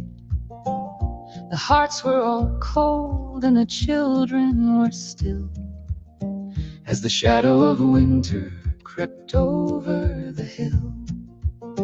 Oh, the kingdom was falling, the walls crumbling down. Lost was the glory and lost was the crown. But when the clock struck the hour of deepest despair, a voice like a trumpet rang out through the air. Not a lord in his silk, nor a knight in his mail, but a humble man, Rupert, who stepped through the gale. He didn't have silver, he didn't have gold, just a heart that was honest and hands that were bold. He stood in the square where the elders would meet, with the dust of the roadway still thick on his feet. He spoke not of conquest or vengeance or pride, but of the love for the soil that we'd buried inside. He spoke of the ancestors, sturdy and deep, who had planted the orchards we neglected to keep. Oh, the kingdom was falling, the walls crumbling down. Lost was the glory and lost was the crown. But when the clock struck the hour of deepest despair, a voice like a trumpet rang out through the air. Not a lord in his silk, nor a knight in his mail, but a humble man, Rupert, who stepped through the gale. He picked up a hammer, he picked up a plow. He said, if we don't save our home, tell me when, tell me how. And one by one, neighbors looked up from the mud, with the fire of old memories stirring their blood. The blacksmith, the baker, the girl from the mill, they followed his lead up the side of the hill. Through the sweat of the brow and the strength of the back, they mended the breach and they filled every crack. The gardens were planted, the bells started to ring, and the birds in the rafters began once to sing. It wasn't the sword that had won back the day, but the courage to work and the spirit to stay in the land of our fathers, the place we belong, where the weak found their power and the quiet grew strong. Now the kingdom is rising, the hearts are aglow, and the rivers of silver through green meadows flow. We tell of the darkness, we tell of the night, and of Rupert, who led us back into the light. Yes, we sing of the hero who answered the call, and the home that was restored for the good of us all.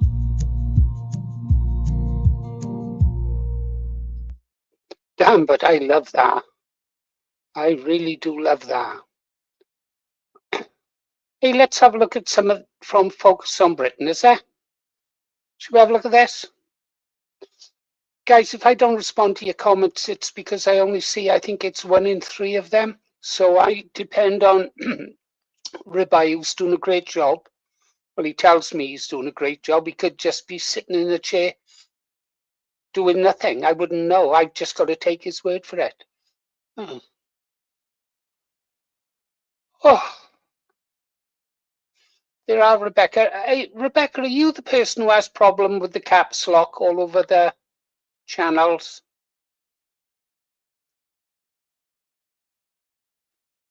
Yeah, Ribeye there blinking.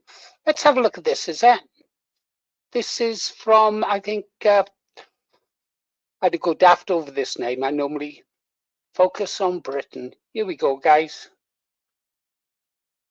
He's turned out some great stuff. This is the guy who done the Paul Thorpe 1 and 2 and Jeff Taylor comic strips. I was laughing thinking about the Jeff Taylor one, sorry.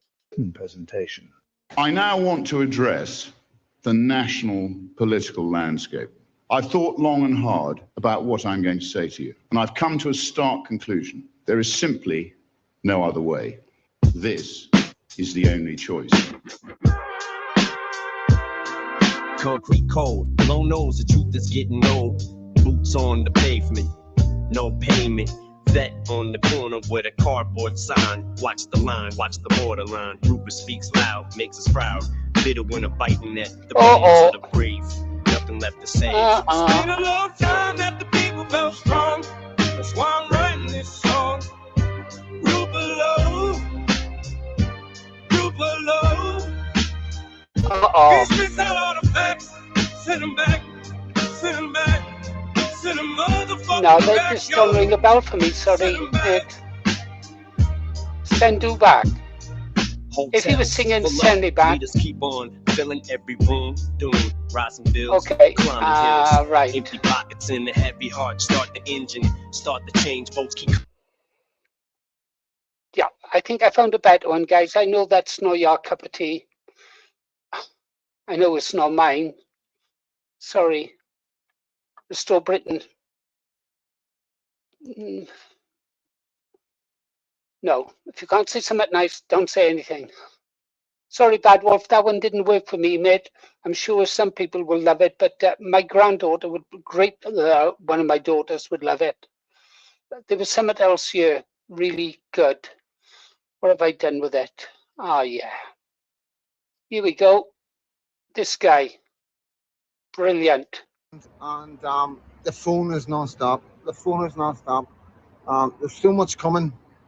I don't want to say too much, but there is so much coming. We are working so hard together. Scotland, England, and Northern Ireland are working so hard to try and stop what's coming, to try and prevent the replacement of our countries. And to be honest with you, I don't think people understand truly how serious it is. I think a lot of people, just with all the hate that I'm getting from TikTok and all the rest of it, you know what I mean? They're sort of missing it, you know what I mean? Please believe me, right? I am welcomed everywhere I go. I have so many friends and so much support and all over Great Britain. And the only thing that I'm doing right now is to try and stop what's coming to our nations, you know? Now, whether I can stop what's happening in England, fucking very doubtful. Scotland, there's a chance. Northern Ireland, definitely. And I'm going to be bringing guys to use very soon that are going to talk to you about what's going on in England and Scotland, okay?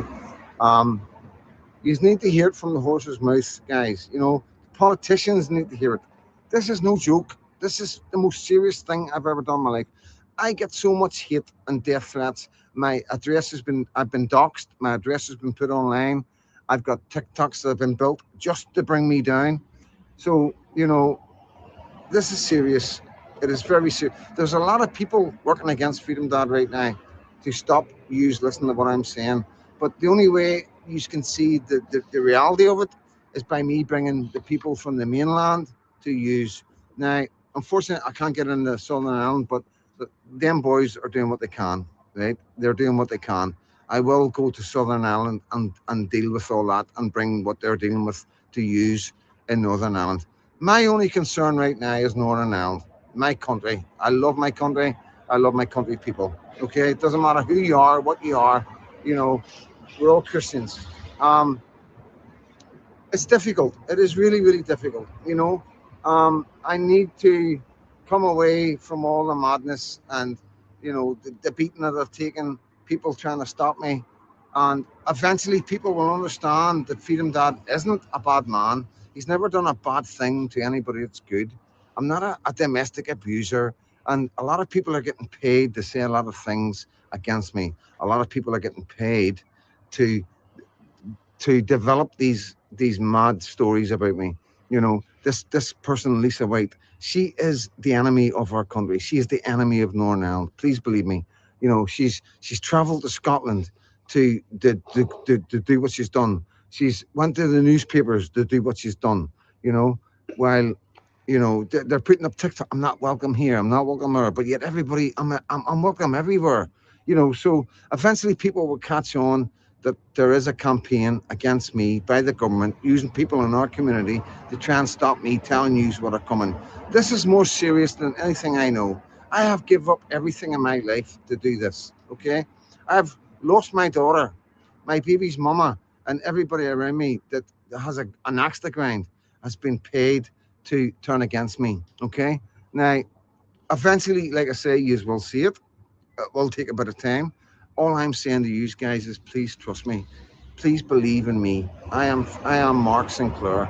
There's not a person out there has a bad word to say about me apart from the people that are being paid, okay? I'm 56 years old, coming just shortly. I'm 55. I'm going to be 56 very soon. I've walked this life for a very long time. And like I say, there's not a man or a woman out there that's got a bad word to say about me apart from the ones that benefits from saying a bad word about me, like my baby's mama.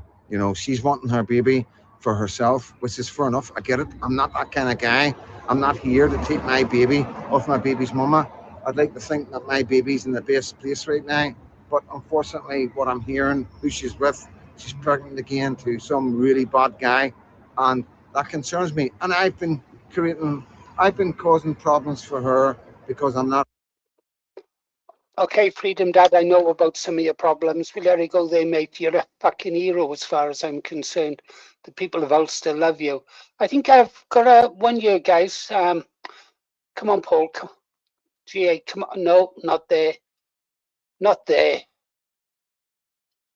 Not there. Not there. Come on, how many more tabs are there? Yeah. Share this. Play this. Let's go.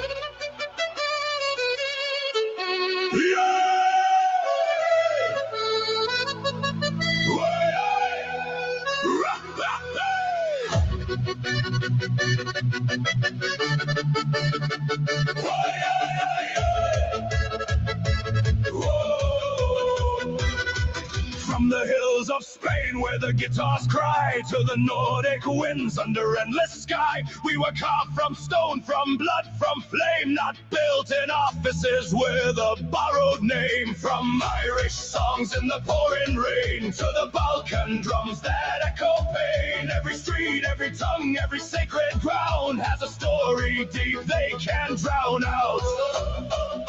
They draw their lines in Brussels halls, but don't hear the ancient voices call. We are more than stars in a circle blue.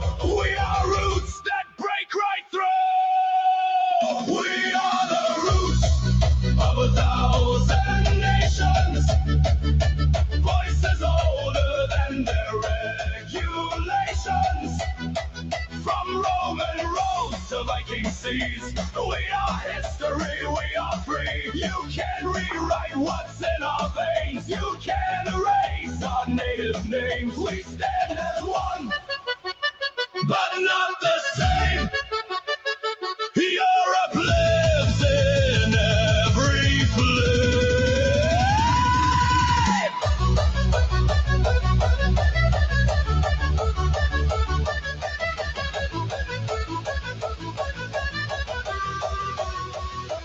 French cafes where the poet spoke, German steel and the craftsman's oath, polished fields where the courage stands, Italian art shaped by human hands, Dutch canals that defy the tide, Greek old gods that still reside, every culture a living flame, not just numbers in a bureaucrat's game.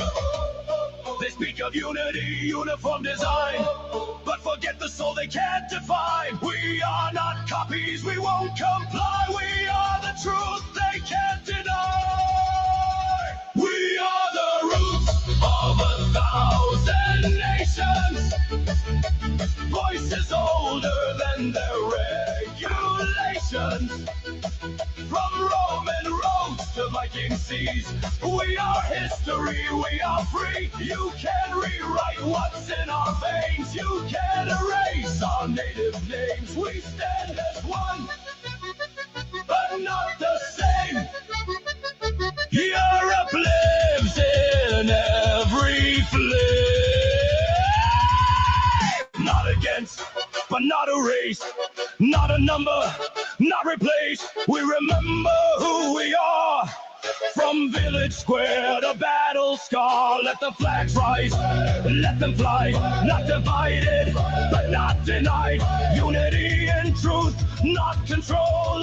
1,000 cultures, one shared soul.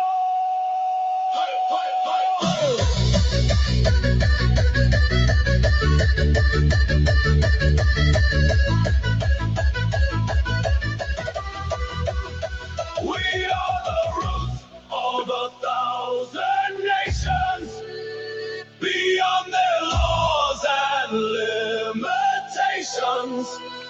From ancient stones to city lights, we carry centuries in our rights. No silent voice, no broken chain, no forced future will remain. Europe breathes in every name, then we will never be the same.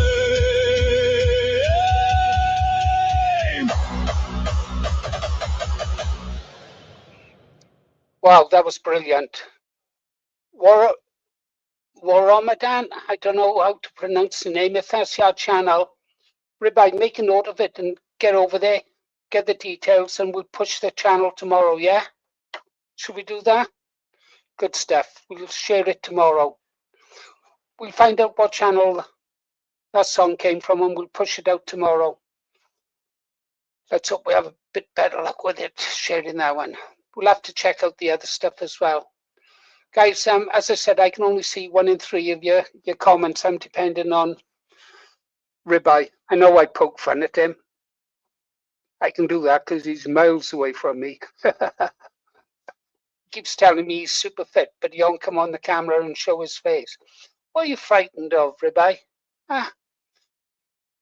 You're frightened that I don't recognize? I'd recognize you, mate. I've still got photos of you.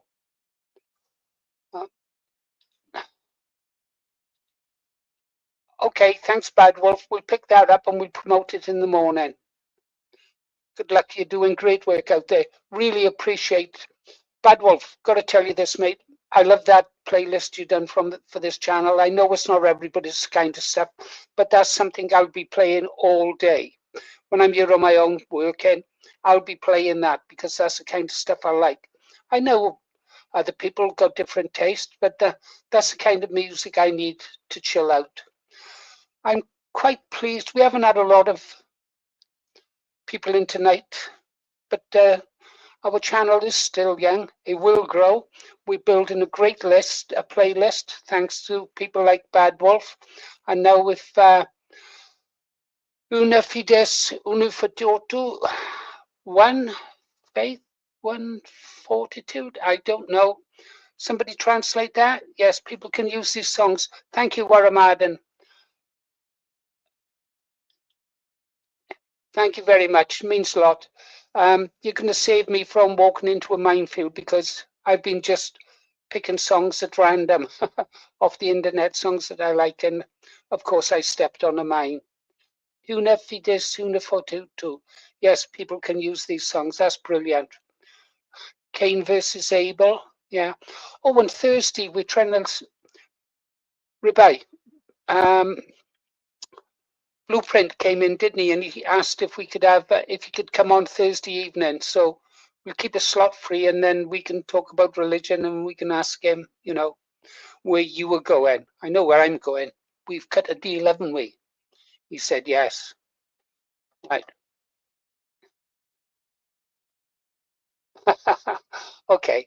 Shall we, well, I'm thinking we've had the Ballad of Rupert. Let's see what else is up there. There's so much good stuff up there. There's so much good stuff. Oh, there's another one I love. This is one about wolves. I'm going to play one I like. Hang on. Well, I like them all. Well, apart from the rap ones, you know I can't handle them. Photograph there, slow-mo, Bad Wolf.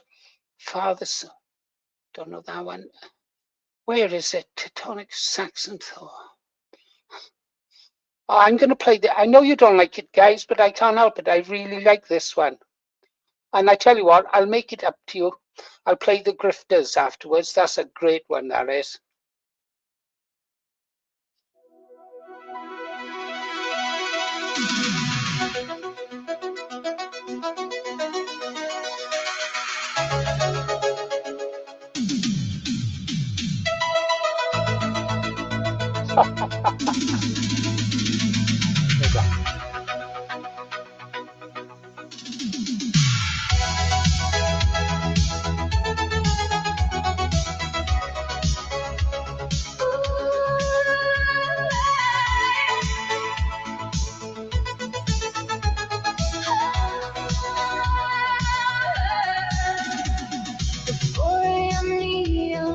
Cutting through the rain, I'm standing on the platform, just on the pain.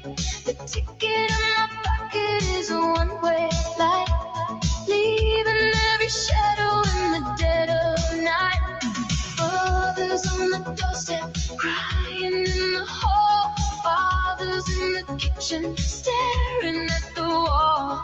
I'm pushing through the turnstile, I'm breaking every chain, but the reflection in the window looks exactly the same. Run away, turn away, ooh, run away, turn away, run away. I'm running away, but where am I running to? The tracks keep moving, but the sky stays blue. I'm running away, but where am I running to? Is there a place for me, or am I just passing through?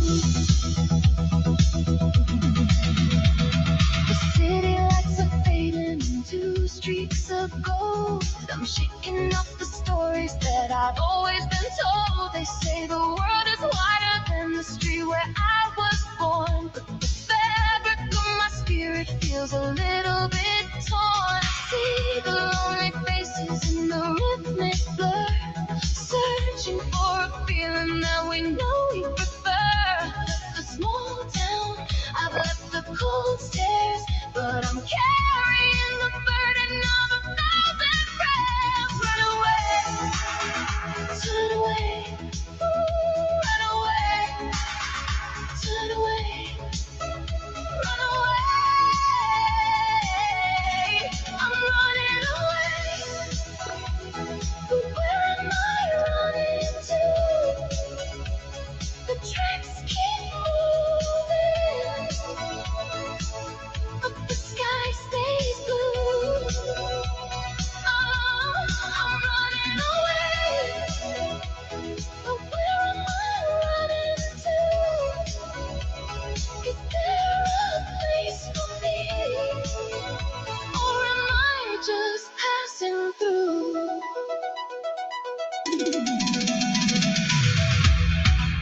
Is it London? Is it Paris? Is it just a dream? Or am I just a ghost inside a digital machine? Cry, boy, cry.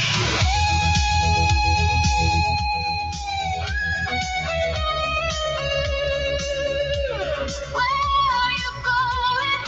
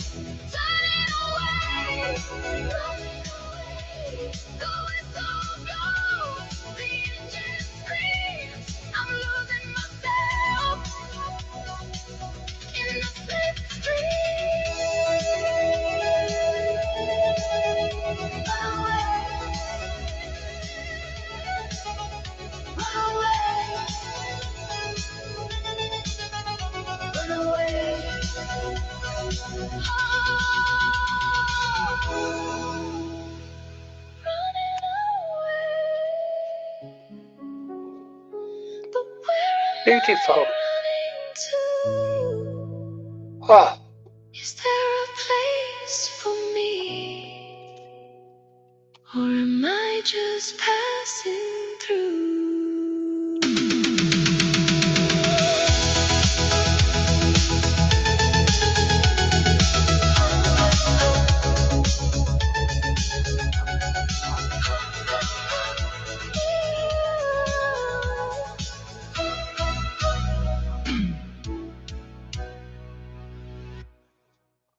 oh dear. I don't know.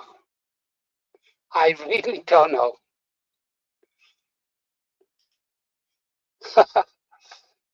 Me and Ribeye having a tiff in the in the back room. Let's have a look at this, is there?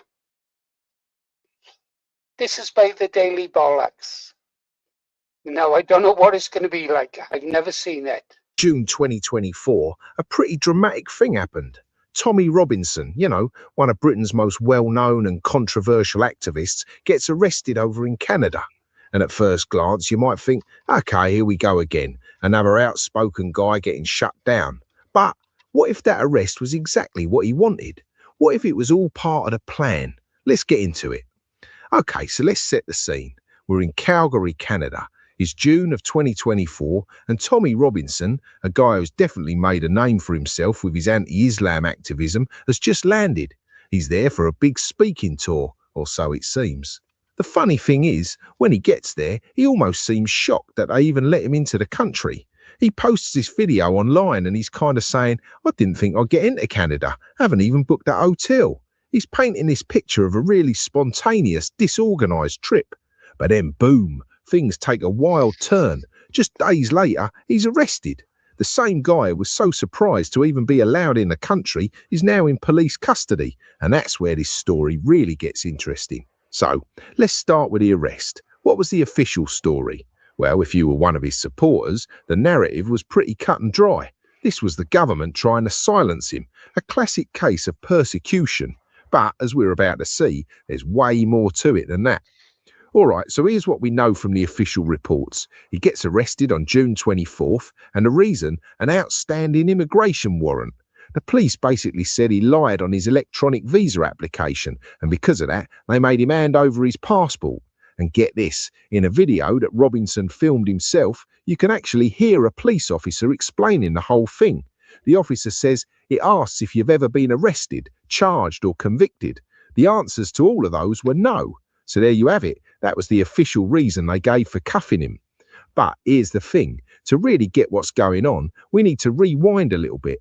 We need to look at what was happening before the handcuffs came out. Because that speaking tour he was there for, it was in big, big trouble. You see, this whole tour was put together by Rebel News, a Canadian media outlet. The plan was pretty standard, travel across the country, stop in big cities like Calgary, Edmonton and Toronto, and spread his message. But well, there was a problem, a big one. The tour hit a wall, a financial one. How big of a problem?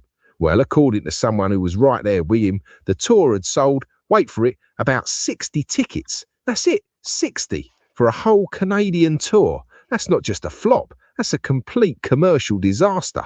And this is where the whole story just flips on its head. A woman named Bethan Nodwell, who's also involved in similar circles in Canada and was hanging out with Robinson right before he got arrested, came out with some absolute bombshell claims. And what she says changes everything. So Nodwell claims that after a night of drinking, Robinson basically threw his hands up and said the tour was over. It was a bust. And why? Because, as she put it, it had sold a pathetic 60 or so tickets. So right away she's connecting the tour's failure to what's about to happen. But it gets crazier. Nodwell says she didn't just cancel the tour. Nope, she announced a brand new plan. She was going to go to Calgary and, in her words, get nicked, which, if you don't know, is British slang for getting arrested.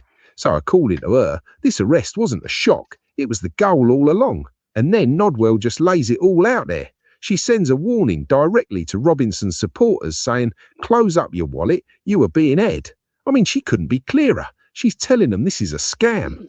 So if the arrest was planned, what was the point? Well, that brings us right to the money. This whole thing starts to look less like a political event and more like a playbook, a strategy for turning legal drama into cash. And sure enough, just like Nodwell said would happen, the second the news of his arrest hits the internet, the Save Tommy fundraising machine kicks into high gear. All of a sudden, there's urgent pleas everywhere. Tommy needs your help. We need money for legal fees. They're painting him as a martyr, a victim of the system. So when you really look at it, this alleged playbook is pretty simple. It's like a 4-step plan. Step 1, cause some kind of public drama like getting arrested. Step 2, spin it as persecution from the deep state or whoever. Step 3, immediately launch a massive urgent fundraiser. And step 4, watch the donations roll in from your loyal supporters. And here's the thing, when you look at it this way, what happened in Canada doesn't feel like a one-off. It actually starts to look like it fits into a much, much bigger pattern, a pattern of legal problems and, let's just say, very interesting financial dealings that go back for years. I mean, this is not a new thing for him. His criminal record goes back almost 2 decades. We're talking convictions for assault, for leading a football riot, for mortgage fraud, for contempt of court. The list goes on. The arrest in Canada is really just the newest chapter in a very long book. And right alongside all that legal trouble is this constant trail of financial questions. I mean, sources show he's raked in huge amounts of money in donations. We're talking millions over the years. Yet somehow he declared bankruptcy in 2021. He's even admitted in court that he spent £100,000 just on gambling. And you have former employees accusing him of using donation money for drugs and parties, all while he's living this very lavish lifestyle with fancy holidays and designer clothes. Just listen to this quote from Caelan Robertson, a guy who used to make videos for him. He said, "We realised that he was withdrawing huge amounts of donations in cash and just giving it to his friends who were selling him coke and who he owed for nights out." I mean, that's a jaw-dropping accusation from someone who was right there on the inside seeing it happen. And it creates this really stark contrast, doesn't it? On one hand, you have his fundraising pitch, all dramatic, saying Tommy needs your help. The burden is too great for one man to carry. And then on the other hand, you have his actual supporters, people writing things like, "I've just donated £20. Sorry, I cannot afford any more as I'm only on minimum wage." The disconnect there is huge. So, this whole thing started with one arrest in Canada. But as you can see, it opens up this whole can of worms about a much bigger pattern. And it really leaves you with one big question to think about.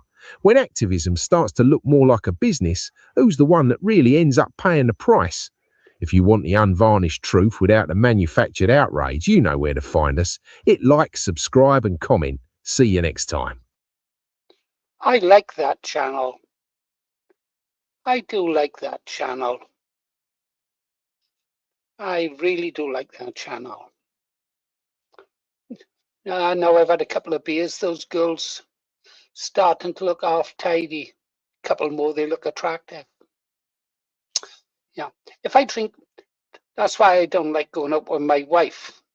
10 pints and she falls over.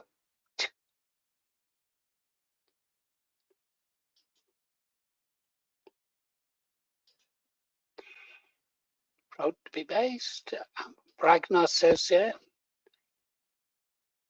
Yeah, we were all the same, I think, Ragnar. We were all the same. Interesting thing, though, is Tommy talks about the grooming gangs, bringing them up in 2009, right? That's when he says, he was speaking about Ribeye and Lippy, if she's still here, will tell you that we were writing about the grooming gangs in 2007, I think it was. I don't know, I may be wrong. Correct me if I'm wrong, please, Ribeye. Was it Sadie Graham? Who was the lady who really kicked it off in the BNP back in round about 2007? Ribeye knows he's got a better memory than me these days. I can remember articles I've written, but I forget people's names. Oh, yeah.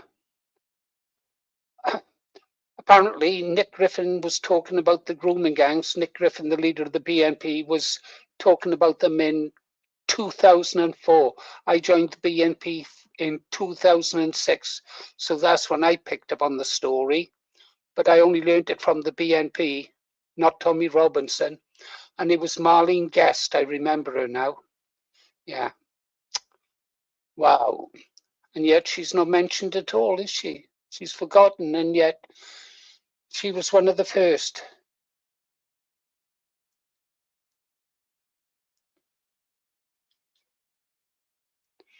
Yeah, don't we all? Oh, wait, she's still with us. Our girl is still with us. Stay in there, girl. Stay in there, girl. Still remember that breakfast you cooked for us? Yeah.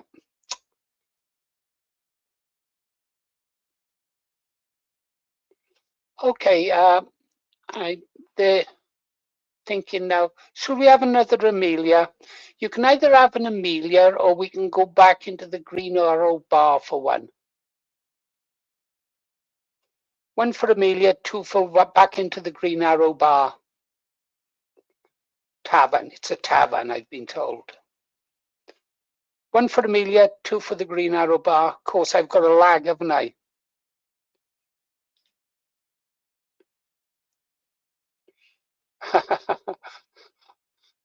You want Amelia then? Hang on. Ribeye wants two. Goldie wants two. Lippy wants one. Oh dear. Now what am I going to do, guys? Two of the girls I love most. One wants one and one wants two. Oh, there's another lady I love as well. How many ladies do you love, Green Arrow? All of them? All of them? You love Lippy? Yeah. Goldie? Yeah, I love her. Well, what about this lady, JNA? Yeah, I love her. Is there anyone I don't love? Apart from my wife? Don't know. Let's go in the bar and we'll have a think about it.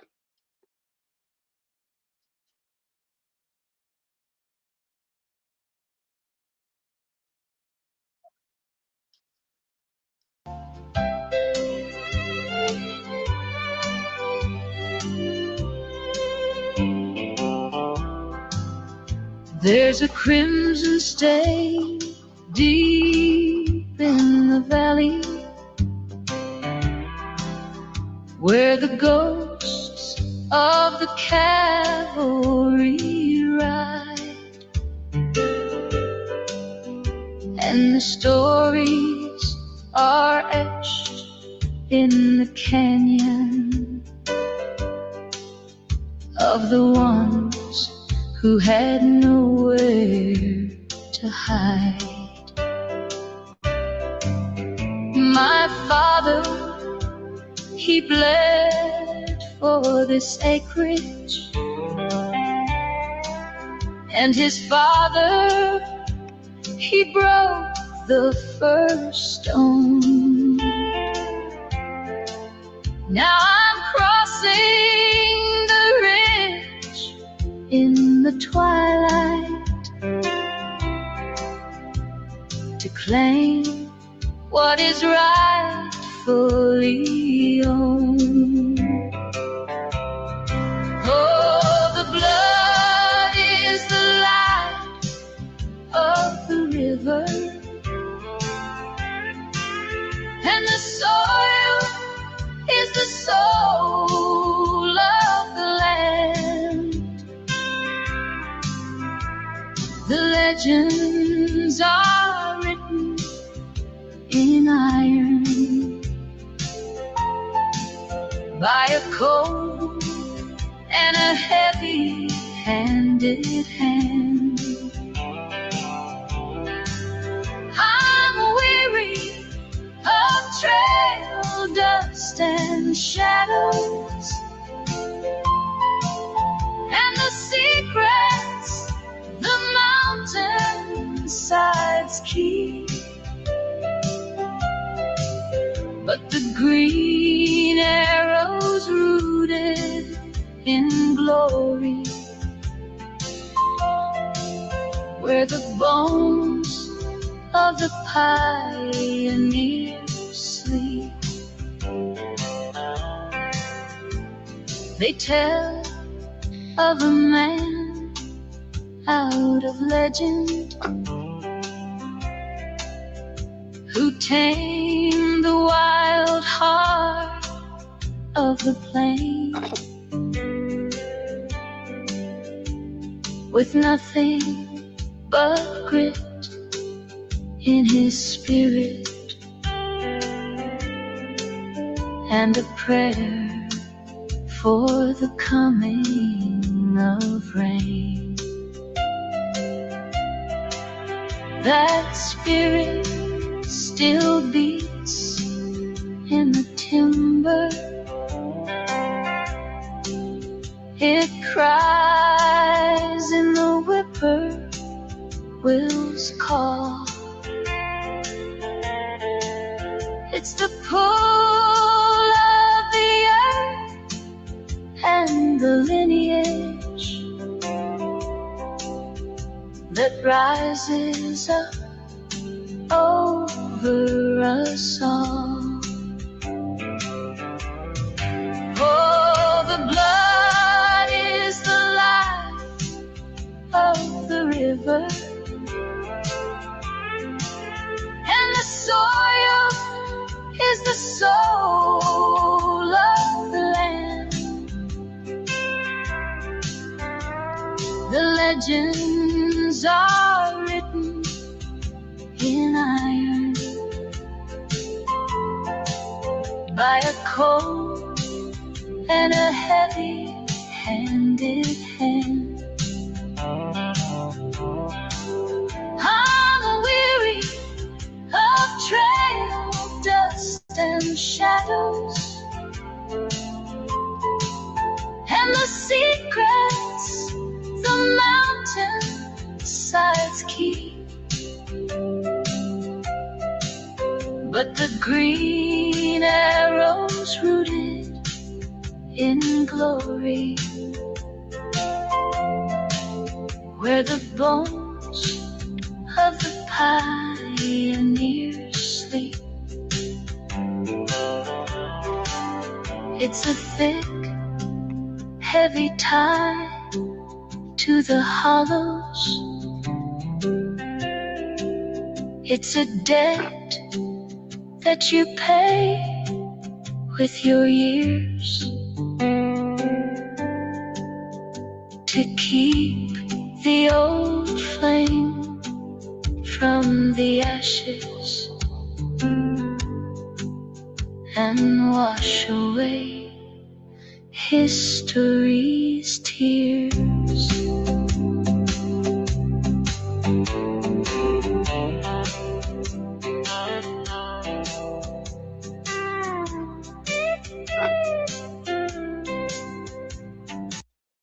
Bear with me now, guys. I've got to get from a different browser. Copy link. Where shall I put it? In here. Oh no, not in there. We'll put it in here.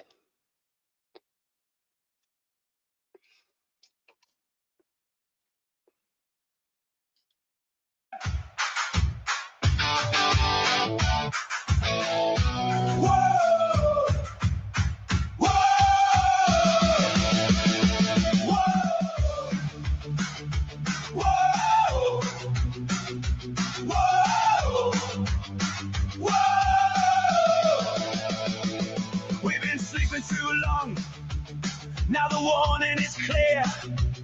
Our streets don't feel British. and the end's drawing near. They divided the right while the numbers kept rising. Time to stop the talking. It's time for deciding. Join Restore or be no more. Join Restore or be no more. Stand up together, fight for our shore. Join Restore or be no more. Millions must go, send them back where they came. You must speak English, we don't care for the game. No more excuses, speak English or get out. Learn our traditions, don't force us to learn yours. Respect our culture or head straight for the doors. This is Britain, we don't bow to foreign laws. Join Restore or be no more. Join Restore or be no more. Stand up together, fight for our shore. Join Restore or be no more. No more grooming gangs, no more two-tier rules, no more foreign flags flying over our schools. Put Britain first, protect our kids and our land. If you won't stand with us, then you don't understand. From the 4 nations, one people, one flag in the sky. No more division, it's do or it's die. No more talking, no more fear. The hour is late and the moment is here. Join Restore or be no more. Join Restore or be no more. Millions must go, send them back to the shore. You must speak English or you're out the door. Join Restore or be no more. Join Restore or be no more.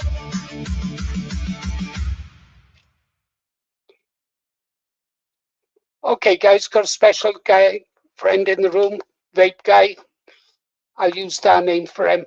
Doesn't matter what his other name is. Doesn't matter what Ribeye's other name is.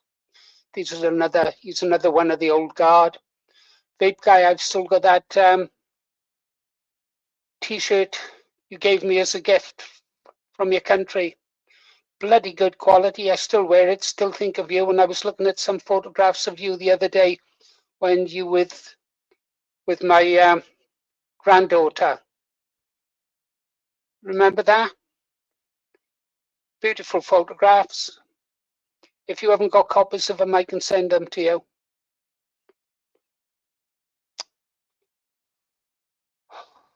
Yeah, it was a nice time. I hope you enjoyed yourself.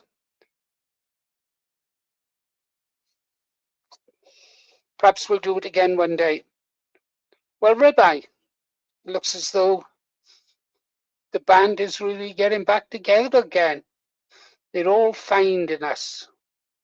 Strange, isn't it? All the Green Arrows getting back together again. Oh dear. Yep, follow the bear. Well, it's good to see you, vape guy. I'll respect your new name.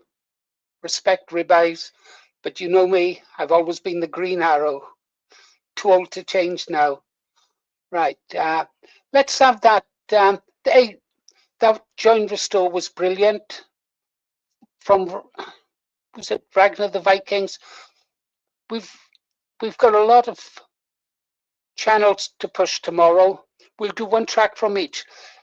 Anybody who creates content as good as the Bad Wolf and Focus on Britain and that Latin name I can't say. If you could build a playlist, mark your playlist for the Green Arrow, and then put your work in there, what you think is your best work. And then what I can do then is instead of me jumping around, cutting and pasting everywhere, I can have your playlist linked up in its own tab, and then I can just let them run. When they end, I can play somebody else's work. And when that goes, I can play someone else's work, then back to the start and play another one. It'd be so much easier for me. Thank you very much. That would be wonderful. Now, somebody wanted, and Lippy, yeah, Vape Guy. Lippy is always Lippy. Why they called her Lippy? She's a really beautiful woman in both ways, inside and outside. Had the cutest bum at the red, white, and blue. I still got that photograph. And yeah, but why they chose her name as Lippy is because she's a lippy bugger. Well, anyhow, let's go and see Amelia, is there? All right. Wow. Ulstermen. We love Ulstermen, yeah. As in lipstick. No, lippy lipstick. I'll have to go and see if I can quickly find that photo while there's a track playing. Right, we were going to go and have a go at Amelia, wasn't we? Let's have a look. It wasn't that one.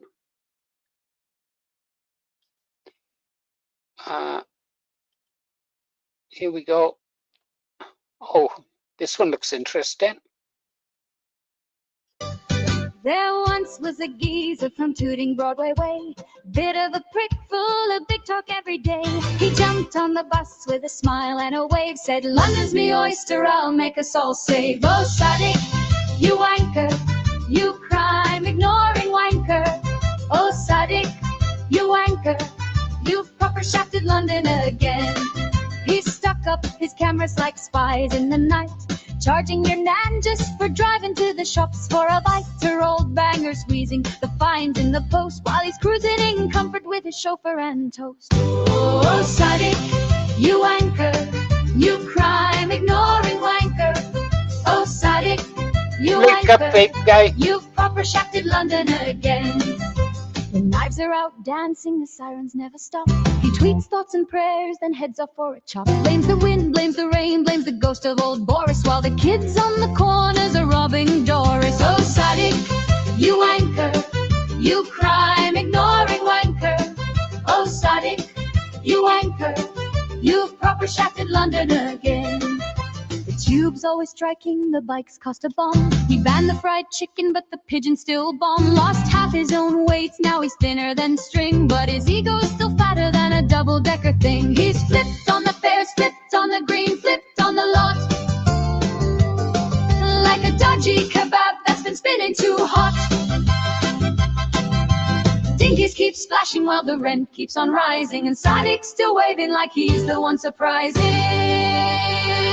Oh, Sadiq, you wanker, you crime ignoring wanker.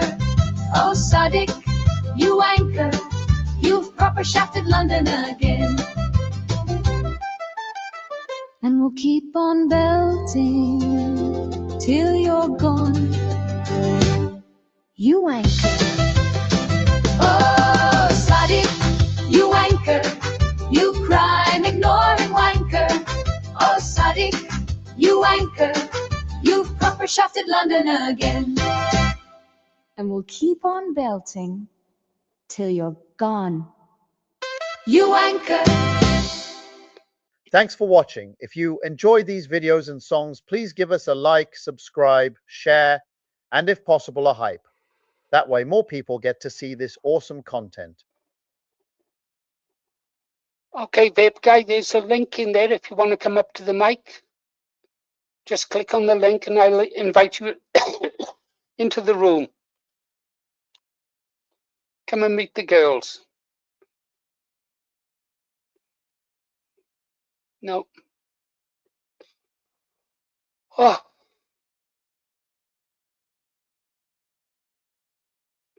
Okay, mate, when you're ready.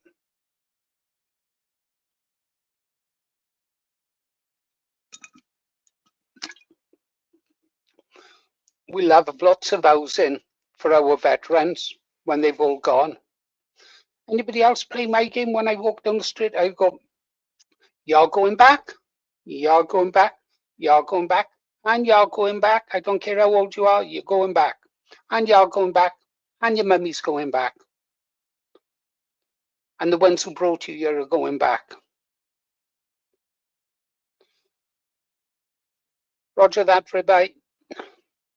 In that case, we'll go to being there.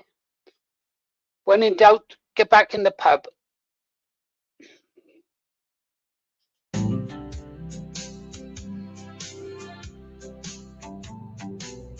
Roger that, Ribeye.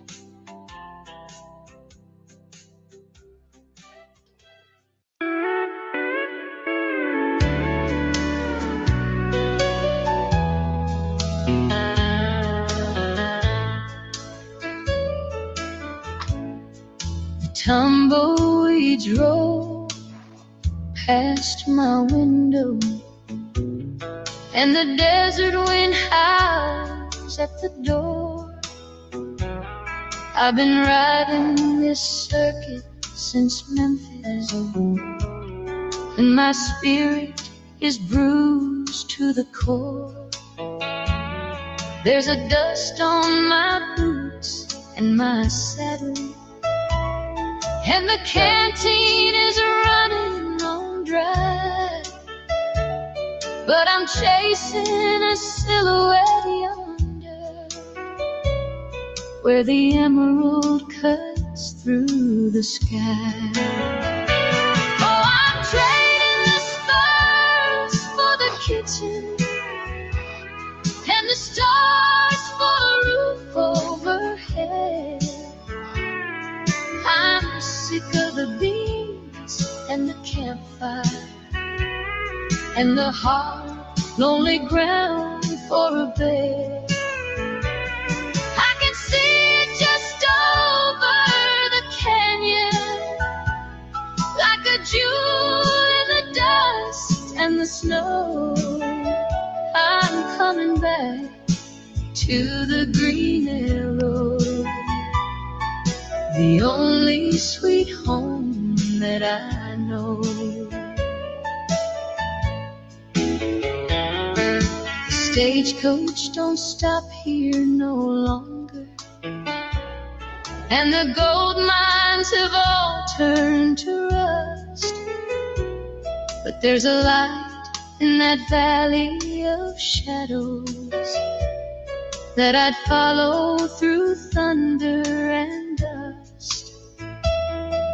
It ain't about... Sorry about that, guys. We're going to have company. Vape guy, vape guy, vape guy.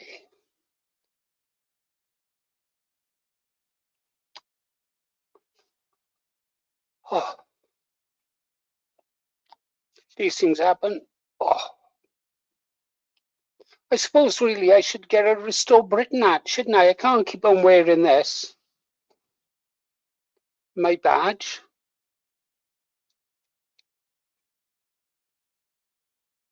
Well, if the Green Arrows can get back together, perhaps the BNP can. Who can tell? Oof. That'd be difficult.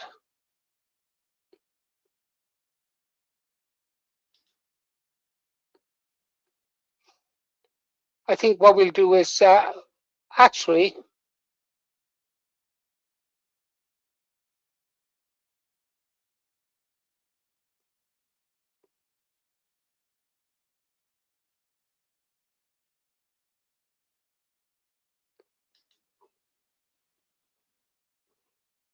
well done, salute, respect.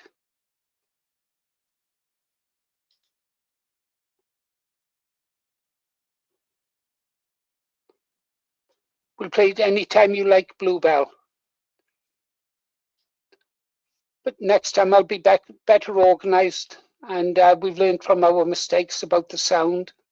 I've just got to make sure that it was I'd exceeded my Bluetooth connection. Damn. Right, hold on then.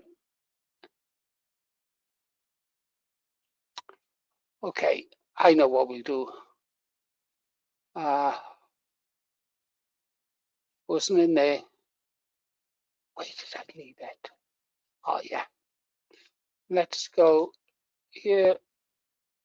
No, we can't go there. We can't go there. Can't go there. Oh.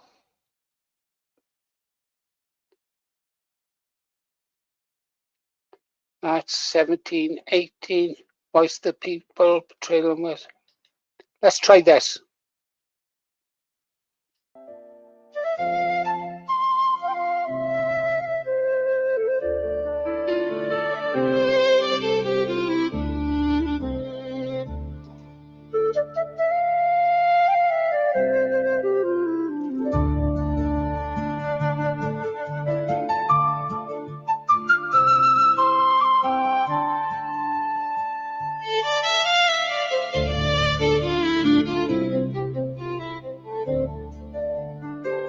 Keir Starmer stands tall in a suit of grey,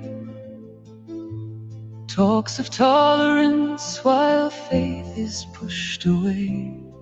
The king nods on with a hollow crown, says God save the king, while the old truths drown. Church bells fade, now they barely ring. Silent hours where choirs used to sing. Musks rise high through the London mist, while they whisper the old world won't be missed. They turn from the cross, from the crown, from the throne. Go pro-Islam while they sell their own. England's people betrayed in the night, their land, their culture fading from sight. Starmer and the king, side by side they stand, while the people cry out, this is our land.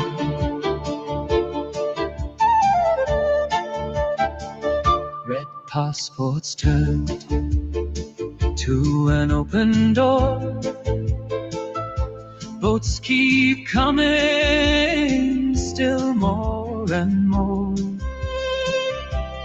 Rotherham streets, in Rochdale towns, silence lingers while truth is drowned. Multiculture's the future, they proudly say, while old England slowly slips away. From Leeds to Bradford, the voices cry, identity lost as the years go by. They close the churches, fling borders wide, and the people are left with nowhere to hide. Where's the lion? Where's England's flame? The towers still stand, but it's not the same. King Charles 3 waves while the crowds all cheer, but behind closed doors a shift is clear. They turn from the cross, from the crown, from the throne. Go pro-Islam while they sell their own. England's people betrayed in the night, their land, their culture fading from sight. Starmer and the king, side by side they stand, while the people cry out, this is our land. Oh, England, rise, don't sleep through the fall. The ones at the table don't speak for all. The cross may fade, crescent may rise, but England wakes, and it won't be denied.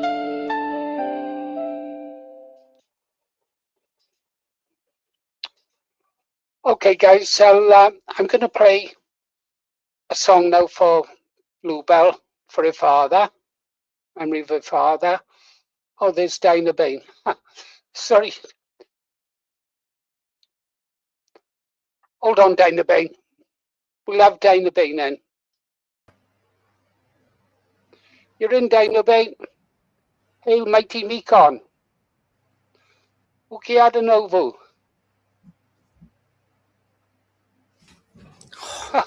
You're on. Right, buddy. Good to see you. Like your video today was bloody excellent. You know how to put the boot in? No, dude. In a nice way.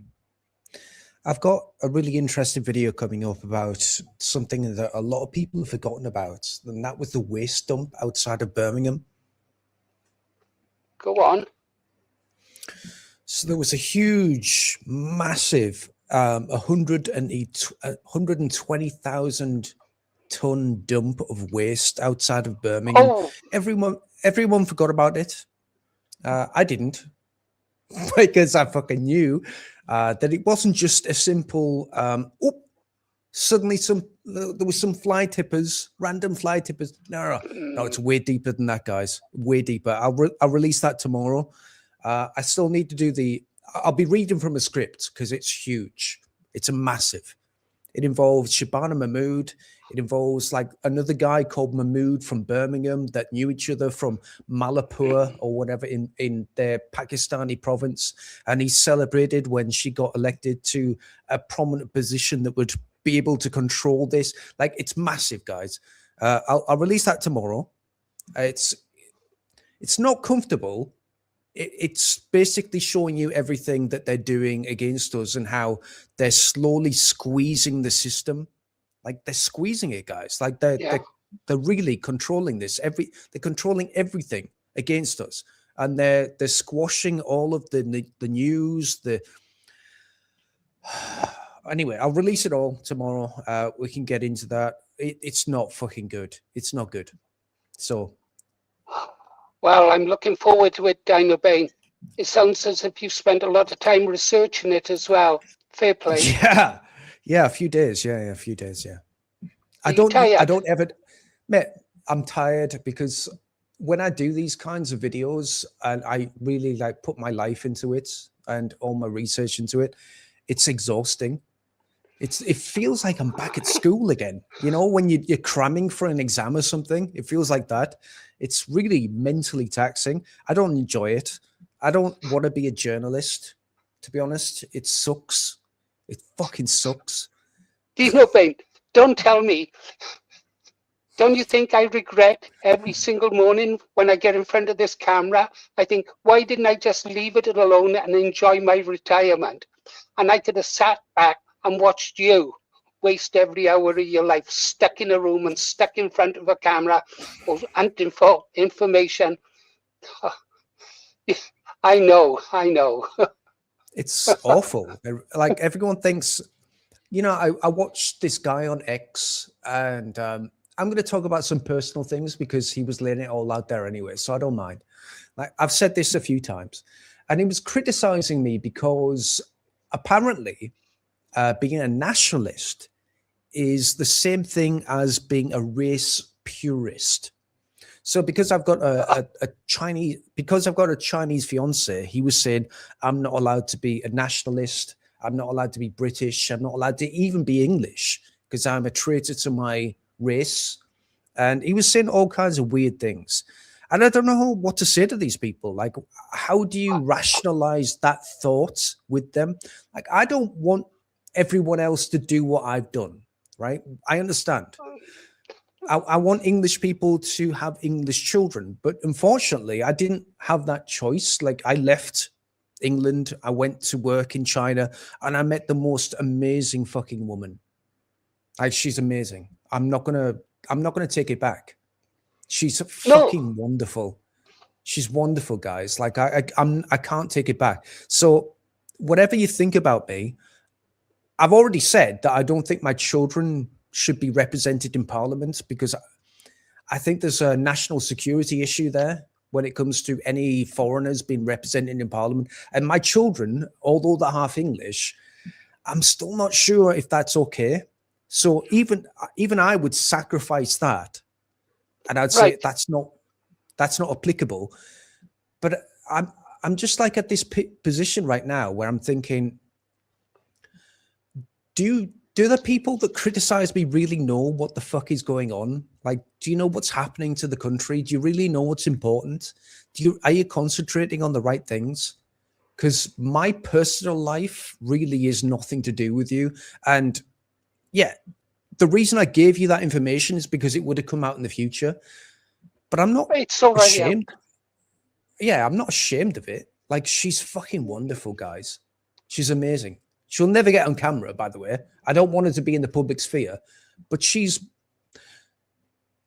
let me put it this way, right? If I met a girl like that in England, then I'd be happy and I'd be settled. I'd have children. I didn't. And I met her in China, and I'm being serious, right? She's the nicest person I've ever met. She's the opposite of my mother. That tells Paul, you wanted to know more about me, right? That tells you a fucking lot right there. She's the opposite of my mum.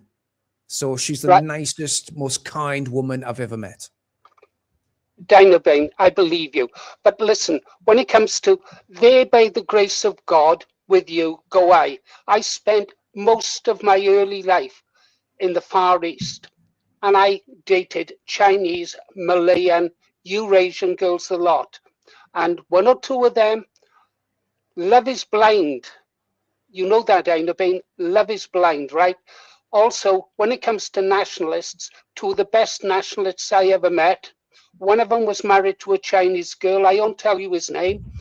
He came back to this country to help me set up the Green Arrow site years ago. There are people in this room here now who know who I'm talking about. The man was a super British patriot. His wife, a Japanese lady, was one of the nicest people you've met. And I think we've got video clips of her somewhere. And she was in the BNP. I know what you said, right? Okay, right. The reason a lot of people won't understand this because they've never left the country. But these people that you meet in the Far East, they've still got traditional values.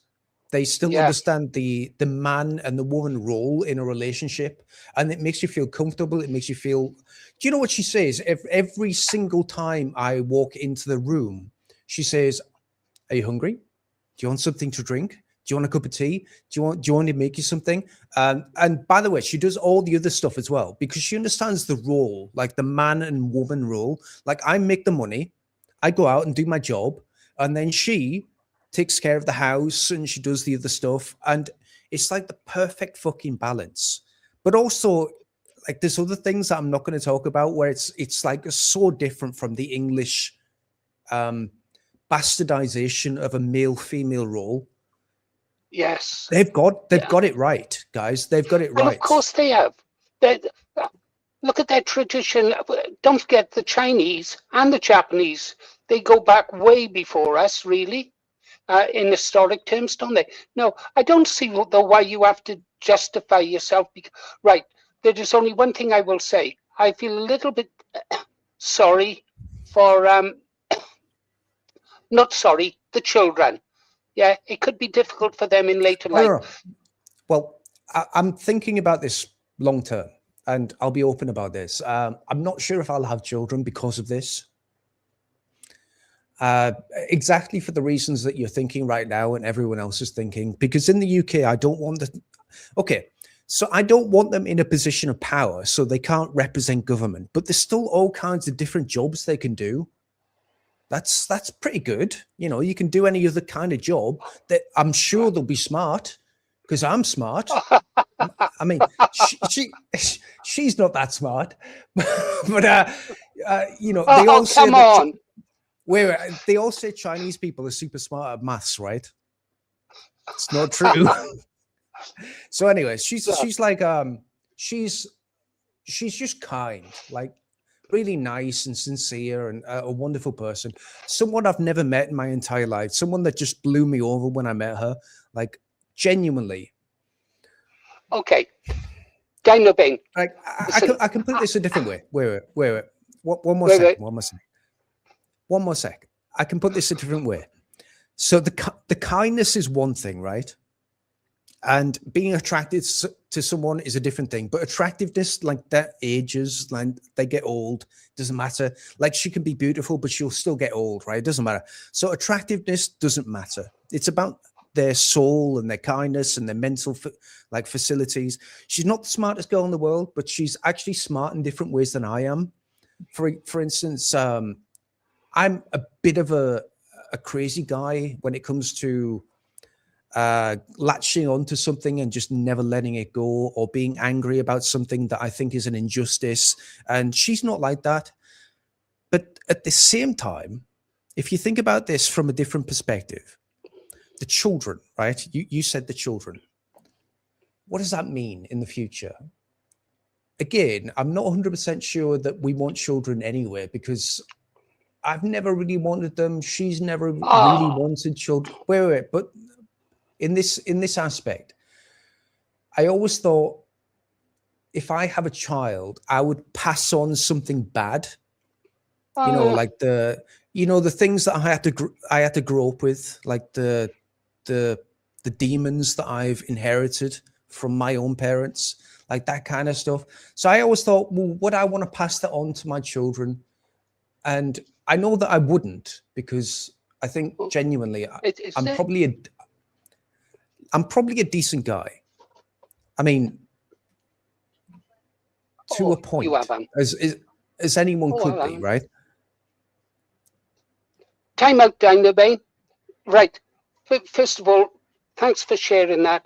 You say about not wanting children. You know, are you sure that's not what your wife wants? And one thing, No. Dino Bain, let me finish, Dino Bain. My show. You can get me back on yours. Dino Bain, I've asked Guardian Mo. You know who Guardian Mo is. He's mixed race. He's half Chinese, half English. Now, I've been talking to him to come onto the show to talk about what it's like being mixed race in the UK today. You know, perhaps you'd like to come on the show when we have him on? It's not about that, because it's your own personal choice, Paul. You know, it comes to you right when you choose to have children, you look at the future, and you look at what they'll inherit from you, and also what they can inherit from the country. They'll be mixed race, so if Rupert Law gets elected, there'll be a mixed race child in a country that might not necessarily want them.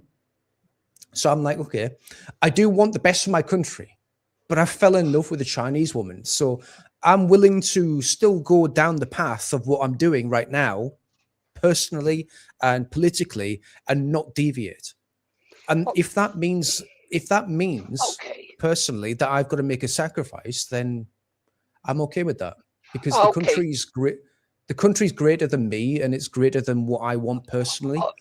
Of course it is, right? But I think you owe it to your wife, and you owe it to yourself to have a child, because you're not a stupid bloke. You've got some flaws. You'll be the first to admit that. And you were worried you will pass them on to your children. Jesus Christ, I wonder that myself, you know. Have kids, even if you stay and live in China forever. If that's where they are happiest, stay in China. No one will think less of you. No one wants to live in China, mate. Okay, well, go live somewhere else. Hey, I loved the Far East. I loved Penang. Singapore, Hong Kong, not so much these days, too modern for me. But there are places out there you can go. You can go right out into the wilds and be happy. That's where I'd be heading for, Dino Bay, so long as it had Starlink. Anyhow, it's good to see you in our room. What do you think of the channel? We can do all sorts of flashy stuff now, Dino Bay. I can play music. I could cut you. Oh, Dino Bain, I don't mean to be rude. I really don't. But we've got a friend who's coming from America, and I've got him queued up. I'm going to invite him in. Okay? Knock him in. Yeah, knock him in. Yeah, this guy that I'm inviting him in is called Vape Guy. I've known him since 2006. He's one of the old Green Arrows, loyal. He last time he was in this country, he gave me a T-shirt 15 years ago, and I've still got it, and I wear it every week. Right. Dude, I just remember the last time I talked to you, and you were like 5 rums in or something, and you were very different, I'll be honest. Much more inconsiderate. I'm inconsiderate. I know that I've got to be careful with you. Go on. You were trying to figure me out. And oh, I've been doing that. I look at you. I've always been a people looker, a person looker, and I watch you. You fascinate me, Dino Bain. I try to look into the camera to see if I can see into your eyes, to see your soul, and see if you've got one. But you do, because it slips out now and again. It's basically a decent human being. Damn, I didn't mean to be nice to them. Every now and again. Hey, but tell me this. Oh, it's just difficult to word, Dino Bain. If I phrase it wrongly, excuse me. Your wife, is she happy? Does she have problems with being in a mixed race relationship? No, man, she loves me to bits. Ah, good. Okay, Vape Guy. Come back, Vape Guy. Break a 10. No, yeah. Your audio is fucked, mate. Yeah. Where's he got drumsticks there? Sorry, Vape Guy, no sound. All the way. Haven't seen this guy for 15 years, and he turns up, no microphone. No. You know, I love the fact that some people in the comments are like, that's cool. Well done. You found some love. Not many people could do that, by the way, like finding someone that's special. And there's some people that really fucking hate that. I see, now people call me being an hypocrite, right? Because I am what they call an ethno nationalist. I don't recognize that term. I'm a British nationalist. Not now? Yeah.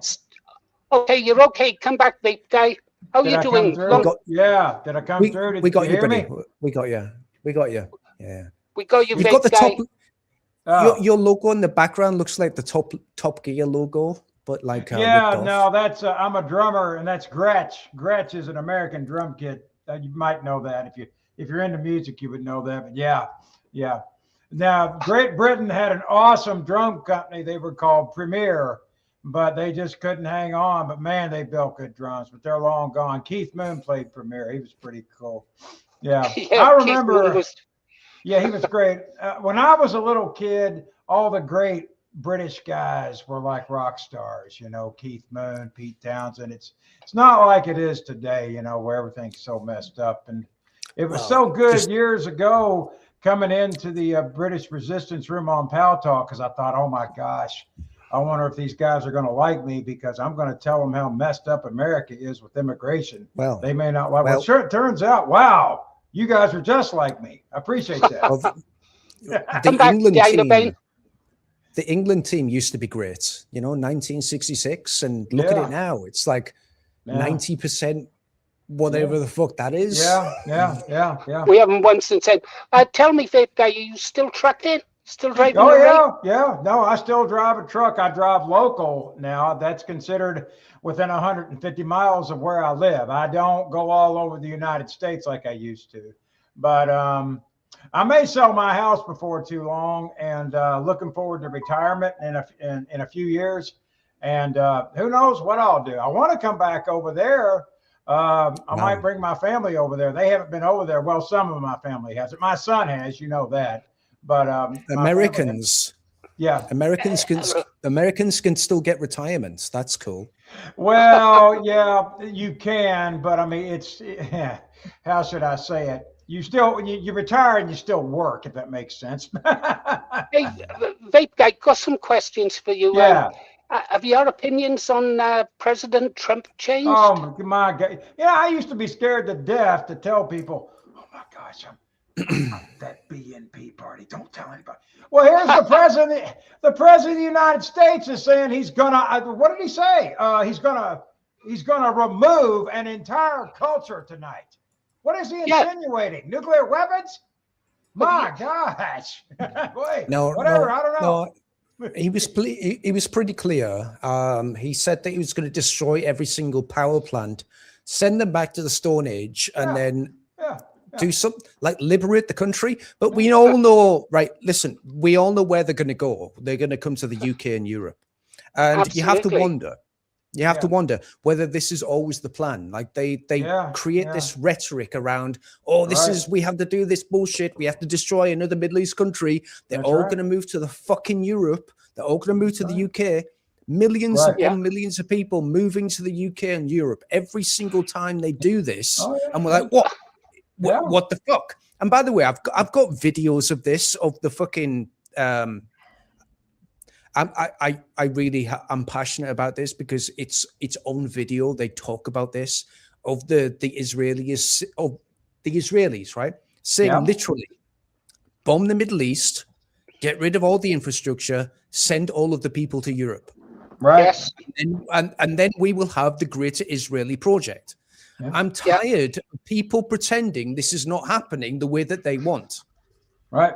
Right. We've been trying to hold up, guys. We've been trying to say that, Dinah Bain. I've been involved in nationalist politics since 1976. Think about that. I don't know how old you are, Dinah Bain, but I've been saying this since 1976. I've been writing about it since 2006. Finally, the truth about Israel is coming out. Before, when we used to talk about Greater Israel, they used to say that we were conspiracy theory. The real cork in the bottle was Libya. When we got rid of Gaddafi, we let the cork out of the bottle for immigration from Sub-Sahara. Agreed? Yep. Yeah. Okay. Vape guy. You're all right. We don't use it. Don't use Ribey's other identity. Sure, Don't I use, got that. Sure. Yeah, check. And we won't use yours. Listen now. Ribeye tells me that you're a great believer in the Second Amendment. Yes, absolutely. Yeah. Well, I live in the United States, and we have a right to keep and bear firearms here. So it's not exactly solved all our problems, but we do own firearms here. That is absolutely true. Most people here do. Yeah, we're lucky we haven't got that in this country. Tell me, do you mind telling us what state you're in now, Vape Guy? Yeah, and then we'll hand over to Dinah Bain. That's fine. I'm in Kentucky, and of course you are. Yeah, right. That's right. I got a bloody T-shirt. That's right. I remember that. Yeah. And I was looking at the photographs of you and my granddaughter. Do you remember she put on the Yankee outfit for you? Yeah. How is she now? Is she doing okay? She's got a beautiful daughter. Beautiful daughter. And guess what? We called her Bonnie after the Bonnie Blue flag from the Confederacy. Nice. That's cool. Yeah. That's good, man. Well, that's great. Yeah, I haven't talked to you in years, so it's just kind of nice to step in here. I have not voted in 10 years. I'm not with any political parties. I don't know what to say about any of it anymore. I'm just trying to make it to retirement and then make it to the grave in peace, if you know what I mean. So that sucks. I don't know, but I'm going to tell you, this president we've got, I just don't know what to think about him. I mean, what was it in 2014? He calls a press conference and he says, we're going to build a wall across the United States and we're going to make Mexico pay for it. And I just remember people were all over the United States in the media were in shock. He can't say that. And he's like, yeah, hey, I'm a billionaire. I'll say what I want. And, and he says, I'm sure some of them are good people. He said, but no, we're going to build a wall across the United States. And I mean, we were like, is this guy serious? Old fire vape guy. I can see Dino Bain's frothing at the mouth here. He's not used to this. Come back, Dino Bain. It's not that. It's like, think about what you're saying. There's these people that are put in front of you and you're supposed to froth at the mouth, right? You're supposed to get angry about this. But really, look at what's changed since Joe Biden. Actually, You've let in more immigrants into the country, even though they profess that that's not been the case. You've not deported as many as Obama. That's right. You seem to be a country that is completely fractured and broken, and you've got a president that seems to be, from the outside looking in, mental. I thought looking into this, he would be a good guy, but I mean, I'm not 100% sure now. But it's not just that. I'm looking at the reasons why. If I look at the reasons why, right? One of the worst things you could say as a boomer is that I want to reach retirement and then just forget about the world and just be like, okay, I've retired now. Fuck all you guys. I'm gonna go off to my grave. Like that's I'm being serious. That's the literal worst thing you could say for anyone to like you. Right. They'll immediately hate you. Right. Okay. Next. If you look at America, there's a reason that you're more fucked up ideologically and spiritually than England or Europe. It's because you've never had a homeland. You've all come from different places, and you've tried to have like this homogenous place that was set up. Yep. But really, you've never accepted that it was a white country. Right. It was built white, by the way. All white people built America. Of course it was. Let me finish. Okay. Yeah. White people built America, and then you started letting in immigrants later, like 100 years later, I believe, right? Right. So you started letting these people in, and then you started letting them into Parliament. The same mistake that we've made in the UK but we did it way more recently. You did it gradually. We've done it very recently, which is like 1980s when we were letting foreigners be represented in parliaments. Is it 1980s? Paul, I think so, right? So it's much more recent, and that's when we've seen the immediate degradation of our own country, which we are pushing back against much more virulently than you, because I'll be honest, guys, in American friends, England is not a multicultural country. It's fucking English. So we get really pissed off by the fact that we've got these foreigners coming in saying that actually we're just as English as you, as long as we stay here 5 years or like 10 years or whatever. We get really pissed off with that. I think you guys need to have that same level of energy when it comes to someone saying you're just as American. Otherwise, I think already in America you're less than 50%. Is that correct? I'd say overall, I would say so. Yeah, it's got to be close to it now, especially when the boomers die. What do you think the end result? What do you think the end result of that will be? Do you think the immigrants will treat you kindly? Yeah, right.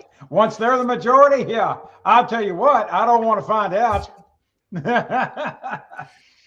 And I think a lot of people are going to be very surprised here. You know, I've been to your country 3 times, and I always felt like, well, this is actually talking about Britain. It is a race, it's a culture, it's a literature, it's a history, and America's not like that. No. You need different words to describe us, because we are we're like some kind of thing that never existed before. We're thousands of years old. Well, we're older than the Maoris. The College of fucking Oxford is older than the entire Maori race. Okay, so how should I define it then? How should I define it then? Britain? We're one of the oldest consisting living civilizations currently on this planet. Okay, and we're under attack by the entire world. Right, definitely. What do you think about? I don't think you understand what I'm saying. Like, I know I'm saying words to you, right? I know I'm saying words, but listen to what I'm saying. We're the oldest civilization that has been from past history until current times that is still living, and we are currently under attack by the entire fucking world. And no one's helping. Look, the white race has declined now to about, I think when I checked the other day, the white race is 3%. We are what they call the global minority. Yeah. Super in this minority. Country, yeah, super minority. Our cities that have been captured, they refer to their colored people in our cities as the majority minority. In the UK at this moment in time, we are the minority when it comes to world population. Anyhow, I'm going to play some tunes now. Okay. It's nice. Hey, nice catching up. Sorry. Dude, I didn't want to. What? I didn't want to like stonewall you, but I think you need to understand. I think you need to understand what's happening in the Western world right now. It's not a small thing. It's not something you should talk about lightly. Like it's Dana huge. Bain, he's been around since 2006. He's well aware of what is happening, right? He was probably speaking what you were saying now. What you were saying now. You are not the first person to invent the wheel, Dana Bain. Some of us invented the wheel a long, long time ago. Paul, we need to say it openly then. Just talk about it. What's happening? Just do it. What's happening? You know what's happening. Exactly. So just say it openly then. Let's not beat around the bush. I've been saying it and writing it. I've written 2,000 articles. Have you ever I'm not read any talking of about my you, work? Paul. I'm not talking about you, Paul, am I? I'm literally talking about this You're conversation. talking about the people. Yeah. No, I'm talking about this conversation right now that we're having, right? We weren't talking about what is directly happening. So I wanted to get right to the point because I'm doing this more and more on my own channel, and you've seen it. I'm just tired of beating around the bush. Well, because so the am politicians do it, the mainstream media do it. Everyone doesn't really talk about what's happening, and that is right. We got it right. Yeah. Let me tell you what is happening, or what I think, or rather what I know is happening. There is a war going on, and the war is on between global Zionism and the nationalist states.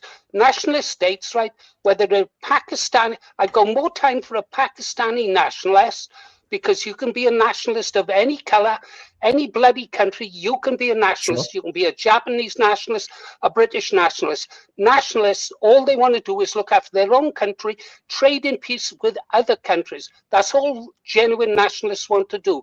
Global Zionists want control of the world, a mud-colored world, which is easy for them to control. And I think you know that as well, and you say it. I try to say it almost every single day. Now, we are lucky now, Dana Bain, because originally, back in 2015, we were banned. See this hat I'm wearing? I wear this for a reason. In 2015, if I walked down the street, my own people would be beating me and kicking me for wearing this symbol, British National Party. Yeah, if I may say, a lot of these talking points now are mainstream, whereas back, I remember how Nick Griffin got just railed on Question Time. I was like, my God. So today it is much, much, much better. There's a lot more of this in the mainstream now than there was back then. I will say that for sure. I never saw anything like that. No, you're fine. I apologize, buddy, because every person I meet on these like live chats, I've always got to figure out whether they're on the same page. Because I don't know anyone, really. I don't watch a lot of people on YouTube. I don't really know anything about history, like when it comes to YouTubers. So I'm always kind of I'm always trying to figure out whether they're on the same page. And I appreciate that you've clarified that, because it means a lot. It really does. Because I'm so tired of meeting the fake ones, like the Paul Thorpes, what's that black girl, that bloke, Booty something, whatever, and like the Timu Ross Kemp, what's he called, Phil Tufts. I saw you doing it. I'm tired of these people. I'm tired of them. They're such disingenuous wankers. They don't ever talk about what's really happening. And they all say, we need to go to the center. We need to meet everyone in the middle. We need to just give up on what we've got. We need to accept what's happening. We need to, it's so boring and it's so fucking not English. And you might not know this being an American, but like when I say not English, and even a Welshman will know this. Like this feeling inside. It's like something that you can't describe. It's like I can't. It's something that it wells up in you as soon as you try and take it away from me. It becomes stronger, I can't describe it. It's like, it's why the Germans couldn't beat us. It's why no one's ever beaten us. We do not accept defeat. We do not accept conciliatory language. We do not accept this idea of accepting someone else talking down to us. We do not accept the idea of subjugating ourselves to a foreign ideology. Fuck these people. Fuck them all. I do not accept. Yeah, I agree. And here's the thing. If I want to come visit, they charge me big time. They don't let me come in for free. No way. Why? Is it because the way I look? Gee. Yeah, absolutely. Yeah, you're right, vape guy. Yeah. You're absolutely right. I'm just so glad. I don't know how I could handle it. I've been through since 1976. I've been waiting for the British people to wake up and take our country back. And every single leader I followed had said it'll take 10 years. And that was in 1976. In 1986, they said it'll take 10 years. In 1996, it'll take 10 years. 2006, it'll take 10 years. And now we've got a new leader, Rupert Lowe. I just hope this time we've got a leader who's prepared to go to the streets. Because I really would rather go to the streets. Yeah. If he doesn't fulfill his promise, if the party doesn't fulfill its promise, if the people elect Rupert Lowe, or God forbid the Greens, this country's done. It won't be civil war. Like, that's ridiculous. We won't be fighting amongst ourselves. A civil war would be the English fighting the English. It wouldn't be that. It would be a bunch of people that don't belong here in the first place suddenly finding arms that are probably stored everywhere along the country already. Right. Taking up arms against the natives that don't have any weapons because they took our guns away. So it will be it would probably be a slaughter. I'll be honest. It would be a of course it would in the initial instant, and more than that, we put them into camps all over the country. We're not talking 50 or 60 now. We're talking a couple of 200 men, and it's easy enough to print weapons these days, isn't it? Anyone can print weapons. I done a video on it. Yeah, it's going to be bad. And you've got to register crossbows now. I don't know if you know that. Question: do you have a draft? Do you have a military draft now? Do you have to? No. Okay. No, thankfully, because he was trying to draft us to go to the Ukraine. Basically, the fucking I'm talking or Iran. Yeah, that's what I'm talking about. The slaughterhouse of Europe. Like, the Ukraine is just basically a white slaughterhouse. They're sending every single white person they can go and get killed there. Like it is. Yeah. It's just it's a pogrom. Here. Yeah, exactly. Oh, of course. And what's going to happen in Ukraine when this is over? They'll put all the third world in there. All the third world. Yeah, exactly. Well, I've seen the videos. Like you guys haven't seen the videos, obviously, but they're not sending the third world. They're sending Orthodox Jews. They're literally taking over the houses of the people that are dead. I've saw the videos of them arriving on trains and just bringing their suitcases into the neighborhoods that are completely empty. They're sending the Jews. I'm not against all Jews, by the way. YouTube. I don't think Jews anybody are fine. is. Most people, Jews are fine, but we don't like the fact that. Yeah, exactly. So fuck that shit. It's the Zionists.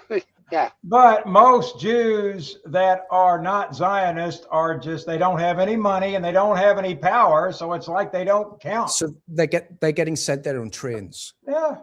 Yeah. You know, it's brutal. Like go on X, watch the video, just go Orthodox Jews entering Europe by train. Yeah. You'll find the videos. It's fucking it's disturbing. It's really disturbing. And is that I don't know. Did you see about them buying up land in Kenya? And that Kenyan asked the Jew with the land, and he said, who sent you here? How did you come here? And he said, God sent me. So now God sent him to Kenya. Well, we're seeing a lot of things in Africa. We're seeing not necessarily the Zionists, but it's like an expansion of the Greater Israel. We're seeing the expansion of China as well. Like a lot of Chinese people, not Chinese people, the CCP using the Belt and Road initiative is buying up a lot of ports and infrastructure within Africa itself and enslaving Africans. And we don't talk about that because it's not PC, right? You'll be called a racist if you say that the CCP is enslaving Africans right now in Africa and beating them with sticks if they don't do the job properly. Video evidence again on X, and I've got it as well, so I can show this. Not on YouTube, obviously, but there's videos of Chinese people just beating the shit out of African slaves because they're not doing their job properly. You've got the Arabians doing the same thing. We used to do that here. well, you laugh about it, but you've got the old slave trades reestablishing themselves, right? Yeah, of course you have in Libya. Yeah, absolutely. And of course, I was going to call it up tonight. I've got a video up here. I was going to show a news article, and that's to do with Africa wanting reparations from the British. And you know how many British people, sailors, died ending slavery. It's only in recent years we've paid off the reparations we paid to the slave owners, Jewish slave owners. Yeah, they can go fuck themselves. They don't get a penny. Here's the thing. Go ahead. They're teaching our children right now in school that Stonehenge was built by black men, and that all British people were slave owners. And when we brought our slaves to England, we would castrate them to turn them into transgender people because they wanted to be transgender, not because we just wanted to lob their dicks off. Like, they're making us into the very worst, like maniacal, psychopathic, murderous nutcases in history. And they're teaching that to our own children. We can be, and we will be. The awakening is coming. And then when they push us too far, it'll be all over for them, because when we turn, we turn. And I'm a peace-loving man. You might remember a guy named Connell at one time. Anyway, I was visiting your country, GA, and it kind of goes along. We were in Winchester Cathedral, and I was looking up at all the imagery. And I said, so I was looking around, there's no African imagery. And he says, no. And I said, but the Africans built all this, right? Yeah. Mm-hmm. So what it was, the white people that were the slave owners would not let the Africans put their own images up in here. They only made them put up white people. Oh, okay. That explains it. Okay. It's good to know that. I never knew that. I'll explain to the audience what he just said, right? What he just said was that the Africans all came to Europe and built Europe, but they forgot to build Africa. Yeah. They didn't invent the wheel. That was a good story, Vape Guy. Very good story. Yeah. Had some good times over there. I'd love to come back. It's a lot of fun over there. It is. But no, it's a shame what's happening. Well, here, now on a serious note, the British Navy, do they have ships down? No. Not we've got more admirals. We've got more admirals than we've got ships. They've dismantled everything. They have took away our guns. They've took away our army. They took away our navy. We are impotent on the world stage now. Completely impotent. Okay. There's a video on our channel, Dino Bain, where I give a speech in 2010, and I speak about the closing of the pits, unable to have fuel, the closing down of the steelworks. By closing down the steelworks, hold on, Dino, I'm talking. Hold on. This is such an important point. It's such an important point. My point is even more important. The steelworks, when we closed down the steelworks, we couldn't make heavy machinery, we couldn't make big weapons, and that was the start of it. We couldn't make ships, we couldn't make fishing ports, we could make diddly squat, and that was all done deliberate. Now, what's this point you want to make? Do you know why Keir Starmer will not open the North Sea oil rigs and allow us to drill more oil? Go on, give me the real reason. It's because America's at war with Iran. Oh, yes, yeah. Right. Well, so not only did America destroy the Nord Stream pipeline, Yeah. Now, because America's at war with Iran, we're not allowed to drill our own oil. Before that, by the way, it was what was it? Green issues, conservative. What's the word? Conservative. Conservation issues. Right. Conservation issues. Okay. There's always a reason that we're not allowed to drill our own oil or mine our own fucking coal. It's all something to do with something else that's not really related to national security or bringing back our own oil or coal conservative power. It is always something to do with outside interests. It's never of course it is. Yeah, because of course it is. Our rulers are quisling traitors that hate the country and want to destroy Absolutely. it. And No, I'm tired of it. Yeah, we all are. Now, here's an interesting thing talking about the oil. They blew up Nord Stream, forcing Europe. Europe is caught between a rock and a hard place now. Russia has oil. Russia has oil. America has oil. Europe has no oil. Right. By blowing up the Nord Stream pipeline, Europe England now has does. to buy. Yeah, if we could get it, we have to buy from America. America is selling liquid gas and oil now to Europe. Now, the interesting thing is, they are supposed to be at war with Russia, and they had sanctions against Russia. And what did President Trump do last week? He stopped the sanctions on Russia so that people can now buy Russian oil. Yeah, and why would he do that? That's how desperate he was. That's how desperate. Two countries making money at the moment from it. Yeah. Well, apart from the arms dealers, the oil companies are making billions with the increased prices, and Russia is making billions. I don't know whether it's a done deal or what. Dino, what do you think? Well, guys, I'm going to be the interviewer right now, and I'm going to say, do you guys know why we lost the empire? The British Empire? Well, you know, we were too soft. We weren't ruthless. No. It's got a lot to do with America and the other country. Oh, France. Yeah. The other country in the Middle East. France was Sorry, just I was thinking about the Civil War. That's a long time ago, yeah. But no, I'm talking about the empire, like Second World War. Why the fuck did we get... the Rothschilds families, what is it, the Five Arrows or whatever they called them? Yeah. Was it the Five Arrows? I don't know. I can't remember. There was an American president that was allied with a certain country in the Middle East that really didn't like an empire because, well, that other country didn't either. Yeah. And we had to dismantle that for reparations that were due to the amount of money that we had to lend from America for the ability to keep fighting.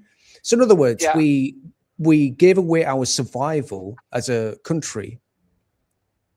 The reason for the empire dismantling was that exact reason. It was, you need to give away your empire to, it was like a Faustian deal. Is that right? Faustian deal? Okay, it was a Faustian deal.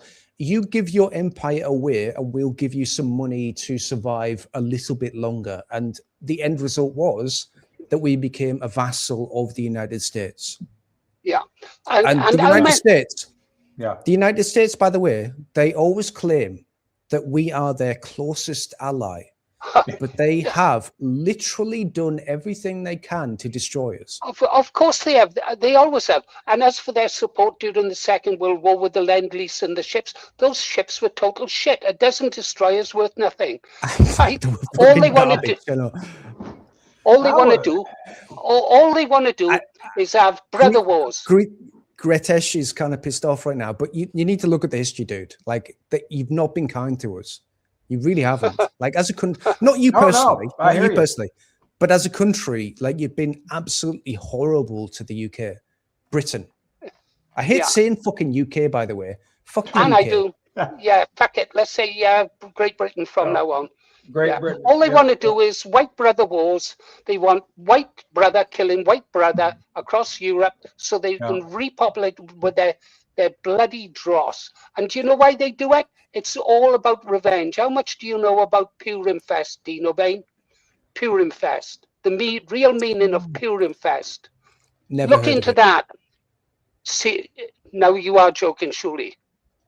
No, if you don't, then I know you will go look. Have a look at Purim Fest. It's a Jewish festival. It celebrates genocide of a people by betrayal and dirty deeds. And they celebrate every year Purim Fest. And they celebrate it by eating the let's not years keep of the repeating person the they thing killed. YouTube doesn't want you to say, because I found out on my last video that you're not allowed actually to say even controversial issues. They'll Well, demonetize. That's right. And I was going to mention, GA, you might, I don't know if you do or not, have a backup channel on Rumble. I'm not saying Rumble's perfect, but it's better than YouTube. I would trust it far with YouTube. That's just me. Okay. Well, there's one other. Well, I've already put one nail in the coffin. Let's put another nail in the coffin. If you want to know about revenge, to get an idea into the mind of our enemy, the global Zionists, have a look at how they celebrate Passover during their religious festivals. Then have a look at what Passover's about. Yeah. I saw it. Okay. And how they treat Christians and Absolutely, all that stuff, absolutely, yeah. But we've known this for a long time. Oh yeah, yeah. Well, Christians are the only religious demographic that is allowed to be wiped out in any country they're in. Yeah. Only without Christian media. But when they're needed, look what Trump's doing with the military. That was built by Christians here, by the way.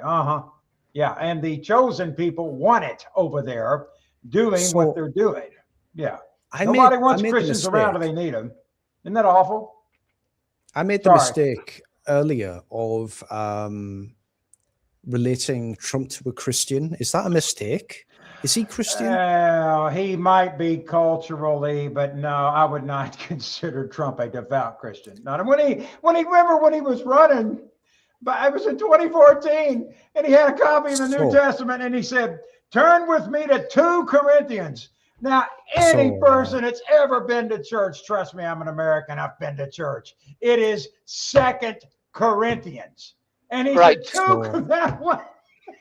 The thing that freaks me out, and I'm not necessarily, like, I'm a Church of England boy, okay? We're different from you guys. Right. But what I would say is, when I look at this, I get freaked out. When you've got someone in the White House or the Oval Office telling your president that he is just like Jesus Christ. That kind of freaks me out. That's a bit weird, right? It's cultish, very. Yes, it's not good. It's not good. It's not good. Not good it's at not all. good. And so even if he doesn't, do you think he's going to? Even if you think he's going to nuke Iran? No. Okay. Well, that's 2 different questions. What do I think about the religious thing? The religious What's supposed to happen? Wait a minute. It's supposed to happen at 8 o'clock Eastern. Oh, right. time. Yeah. Yeah. It's an hour and 22 minutes. I've got Paul. Sorry, Paul. It's your channel. You want to go ahead? Sorry. Go ahead. No, I'm going to say I'll be closing the channel down at 12. I'd like to wind down the conversation a little bit and then chill out and let the people chat and play some music. But I it's made it certainly very, very interesting, fascinating topics. I think, though, if we continued much longer, we'd be singing the Ost vessel, Erica, and then we'd be banned. Okay, wait. I know we could talk all night, but just one question. I have a question, please. Lloyd's of London. I'm not a financial expert, but I'm learning. So Lloyd's of London says we're not insuring any oil tankers that come through there. And I'm GA, wait. There was all kinds of shipping and things destroyed in World War II, for example, and I never heard anybody complain about insurance. So what is going on here? Can't they just tell the tanker, go on through, where the U.S. government will. They have. Donald Trump has done that. He's underwritten so many billions, but the shipping companies would say, no. We don't want to lose our ships. Yeah, you might buy us a new one, but we need the ships now. So around the thing is, if the Houthis in the Yemen kick off and start closing the Suez Canal, the prices are going to double or treble. Right, Dino Ben, guys, like to wind up. I'm sorry. Oh, what? Wanted to know. Wrong about what? Are you Um, disagreeing what I say about the Yemen? Netanyahu has already let the cat out of the bag. He wants the Strait itself to be obsolete. He wants all of the pipelines to Of be course, routed yes, to through Israel. and that's never He going to wants happen. it to go through Israel. That will cost a fortune to do it that way. It wouldn't survive. It's impractical. I know what Netanyahu wants. That will never ever happen. And the thing is, in the Lebanon, he's got all of the 5 fucking states that he wanted bombed destroyed. So I'll be honest, he probably gets what he wants. I tell you, this time, he's not going to defeat Iran. Iran will not be defeated. It's the same as the Russians in Ukraine. That's a war they can't afford to lose. They won't lose it. I put money on it. Iran will drive the Americans and the Israelis out. If the Iranians decide to take out the water desalination plants in Israel, they'll die of bloody thirst. Iran will win this war. And I hate to say this, John, the best thing for the world is for America to pack up its bags and fuck off home and say, we won, we destroyed their military. They've destroyed nothing. Iran still survives.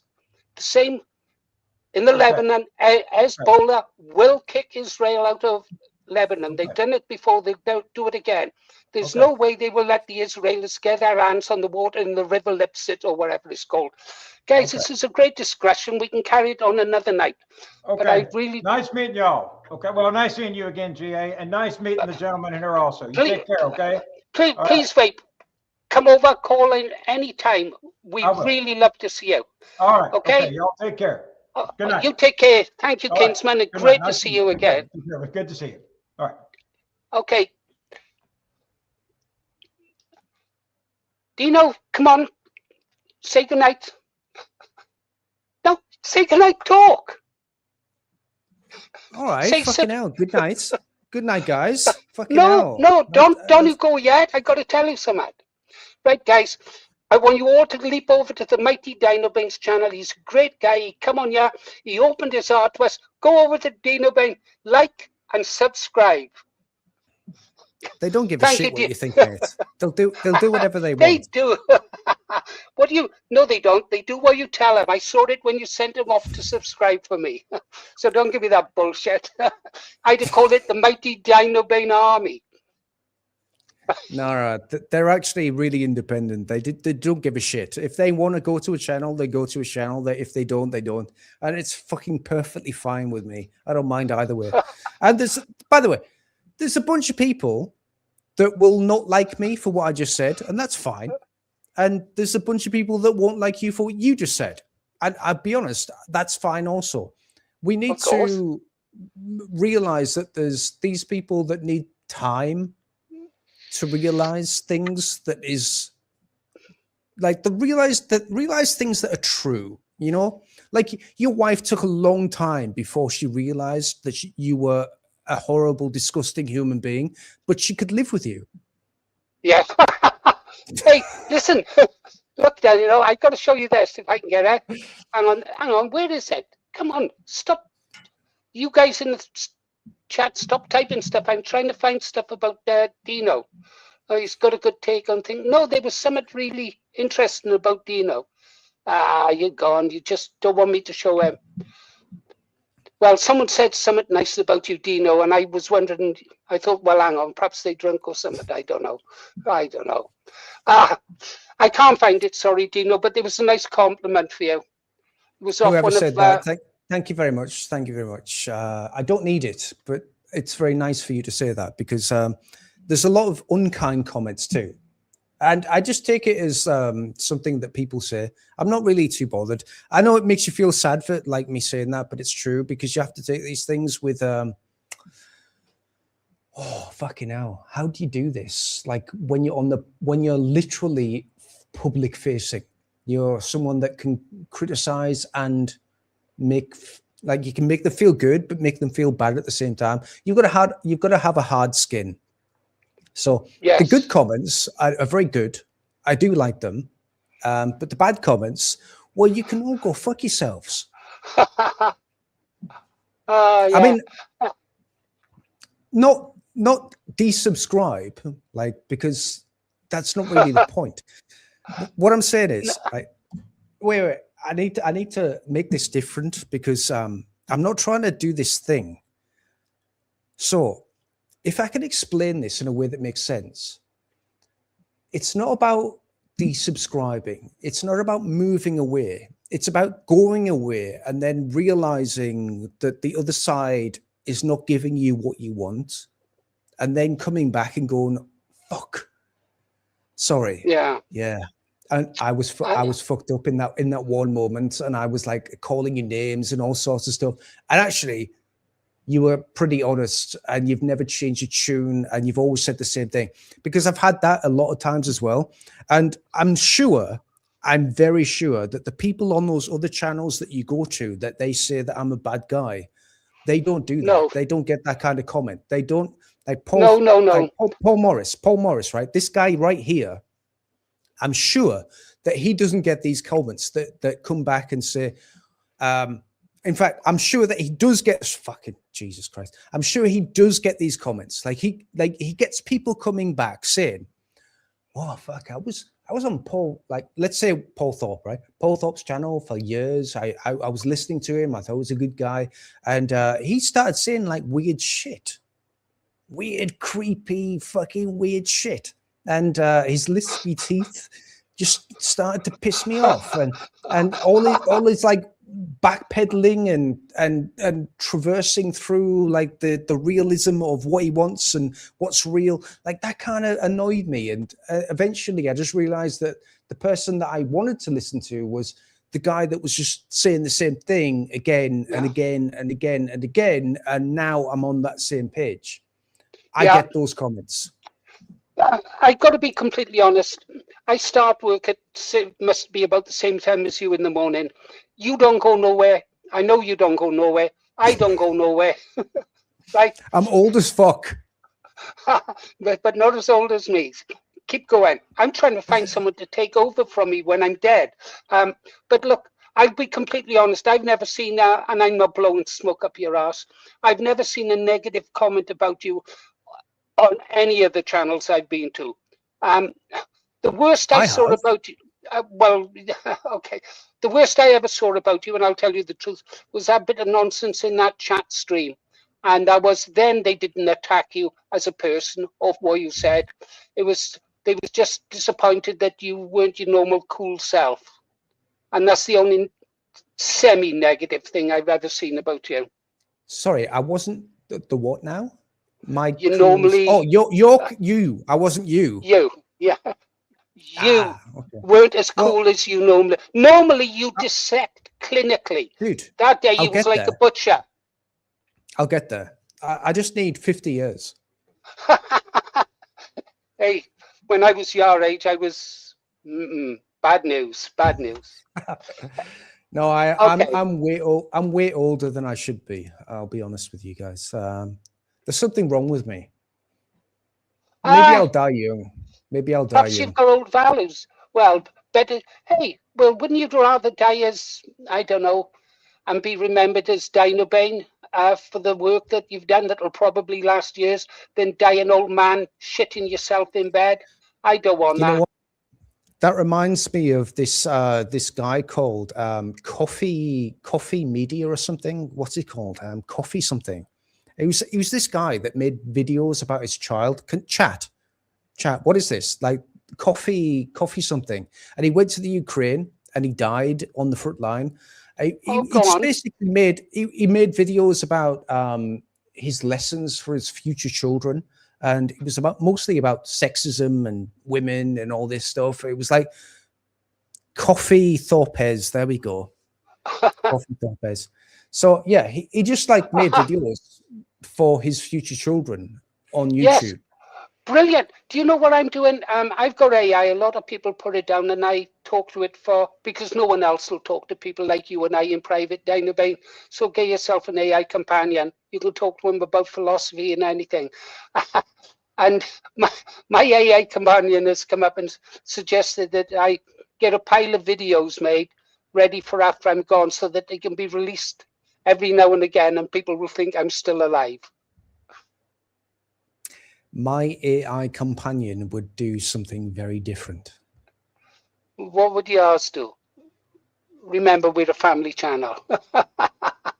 Yes. Oh, no, let's keep the channel open for a little bit longer, is there? I don't want to be chucked off yet. We haven't woke up enough. I don't want this channel closed until we've taken over. Well, there we go again. I've got to go into that.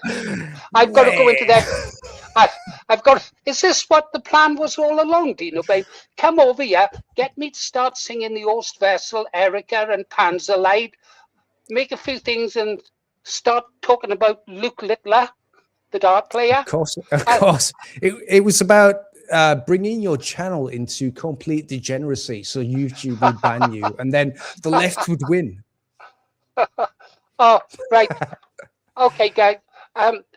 Dino, stick around. I've got to play a song. There's a lady in here. She's been waiting all night for this one song. It's a tribute to her father. Right. But stay there. Oh, God. I'll just get it now. Are you sure? I'm not very good with this sentimental stuff. Are you sure you want? Are you sure? I'm not good with this. I've been broken. Yeah, I've been broken by this shit. Like, I'm not very good with sentimental. Yeah. Say goodnight then, Dino Bain, and I'll take you out and have it. Hey, looking forward to you. I'm jealous of you in some ways. You're just too good. You're too good. And I'm an old dog and an old fox. And every morning I wake up and I think, how can I beat the bastard today? Competition is good, right, brother? I have no competition. I just do what I do, dude. Just think about that. Just do what you do. You're the best at do what you do. Dino Bain, I know you can be against competition, but you've got to have goals, yeah? To set yourself goals to advance. Save the country. To save the country, yeah. I figured if I can get up to your channel size, well, reach more people. Dino Bain, it's been a blast talking to you. I hope we can do this again sometime. Let me know if ever you want me to come over to your channel when you're having a night, and we'll really let it rip. Dude, anytime. I do the live stream on a Sunday now, every Sunday, because I have to, because the members want it. I hate doing it, but it's fine. Fucking bullshit. But yeah, I'll do it every Sunday. I don't like doing this. I don't like it. I came on your stream right now just because I thought, oh, I'll come on your stream. I'll give you some I'll put the link on my own channel, like link, and get you some more like subscribers or whatever. Fuck it. But yeah, I don't like it. Truth is, I've got a good moderator who's been with me since 2006, and he behind the scenes, I don't want to do this. I don't want to do this, but. It's shit. It's shit, guys. Everyone in the chat doing this is shit. It's awful. You get almost no praise. It's all. Dino Bain, did you hear about my 12-hour marathon the other night? I didn't. I done a 5 hours and 20 minutes. Why would you do that? You psychopath. You fucking too old. Anyhow, during the thing, I had 2 hours. I had two warnings. I had 2 warnings off YouTube during the course of the stream. And finally, the 3rd warning, they took it down for copyright, inappropriate songs from a different era, the 1940s, shall we say. So they took me down. Now I've got to go to their rehabilitation camp for re-education. And do you know what I done, Dino Bain? Let me tell you what I done, Dino Bain. They took me down. I stopped for 1 hour. I went and washed, shaved, and I come on. And then I went live for 7 hours. I done 12 hours straight because I didn't want YouTube to beat me. YouTube's already beat you. You did 12 hours. Yeah. You give YouTube 12 hours of your limited lifespan. You're old as fuck. Give it to your wife. Stick it to her.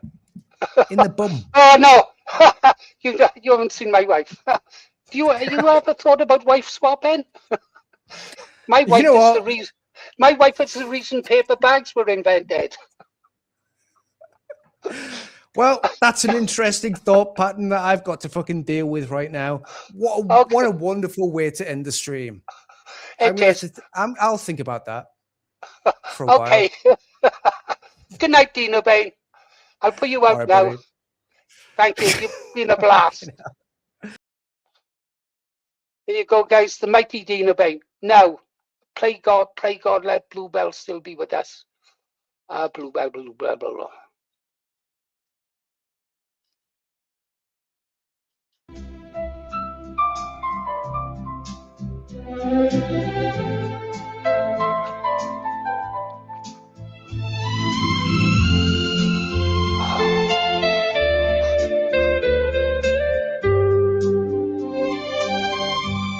The bluebells bloom in the valley deep, where the secrets of the mountain keep. He wore the red, he stood so tall, before the winter began to fall. A Welsh guard's heart, a steady hand, the finest soul in all the land, with a voice like Frank in the pale moonlight. He'd sing away the coldest night. Oh, he was 21 and full of grace, with a hero's light upon his face. Between the stars and the velvet sky, the old songs never really die. A Peggy Sue smile and a heart of gold, a story that will ne'er grow old. 21 summers, brave and free, a bluebell in our memory.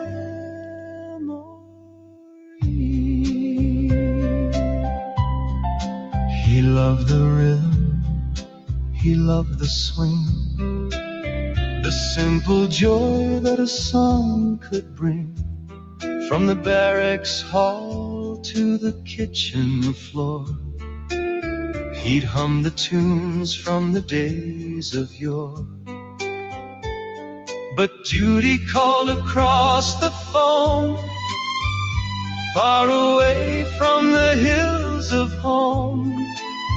He gave his all for the red and blue, to keep the peace for me and you.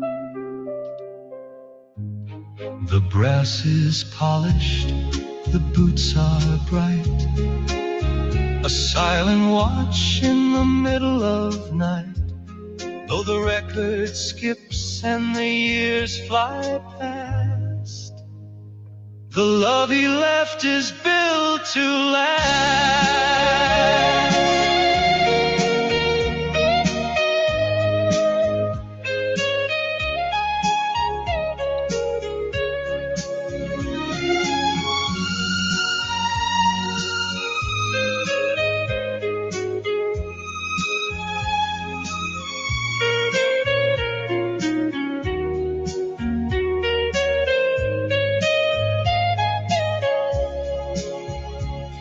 Softly now, like a Sinatra sigh, underneath the wide Welsh sky, 21 years, a hero's part, forever singing in my heart.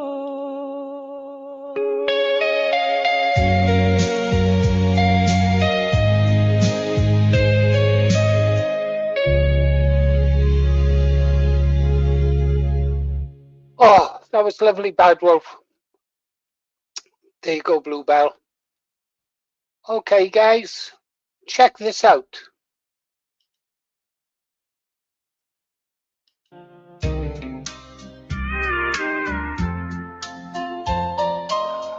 I like this. I like it a lot.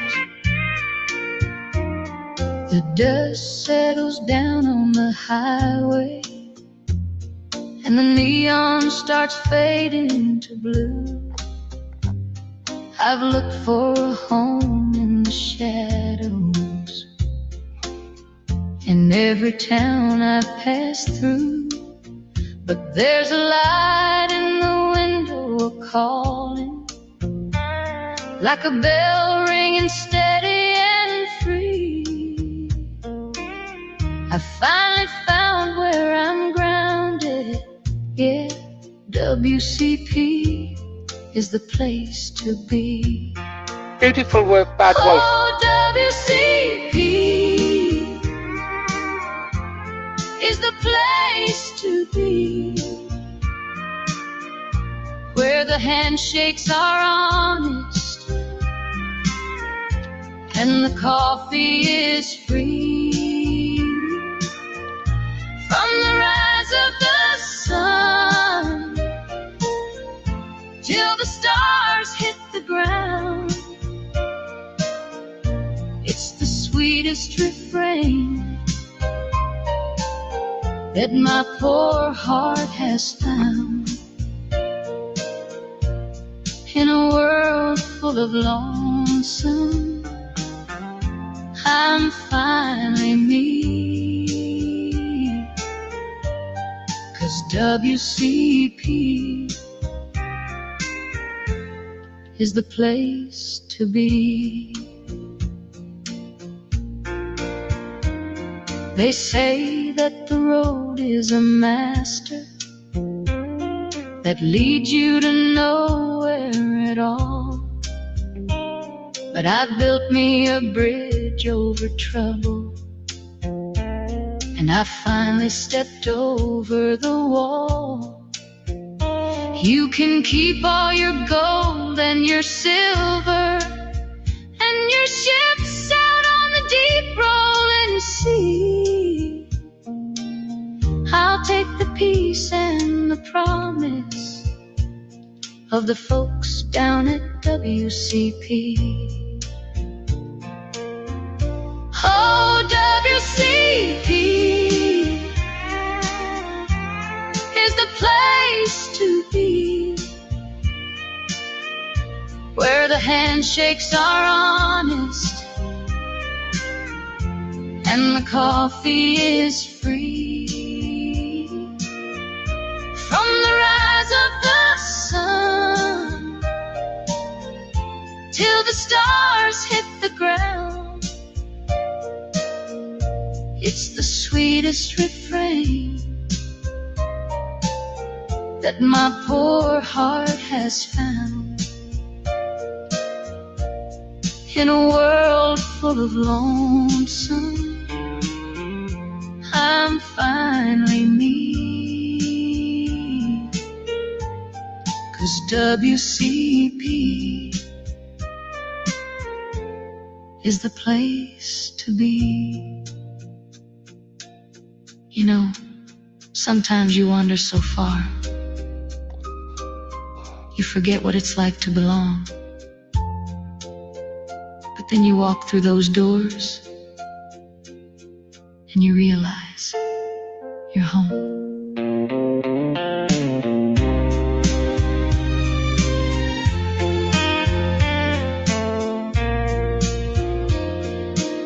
Yeah, I'm hanging my head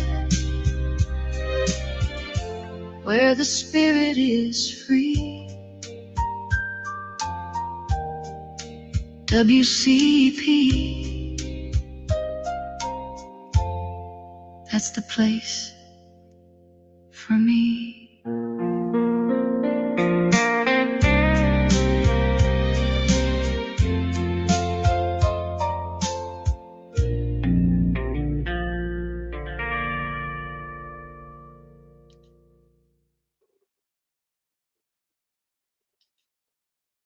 Okay, last tune. We let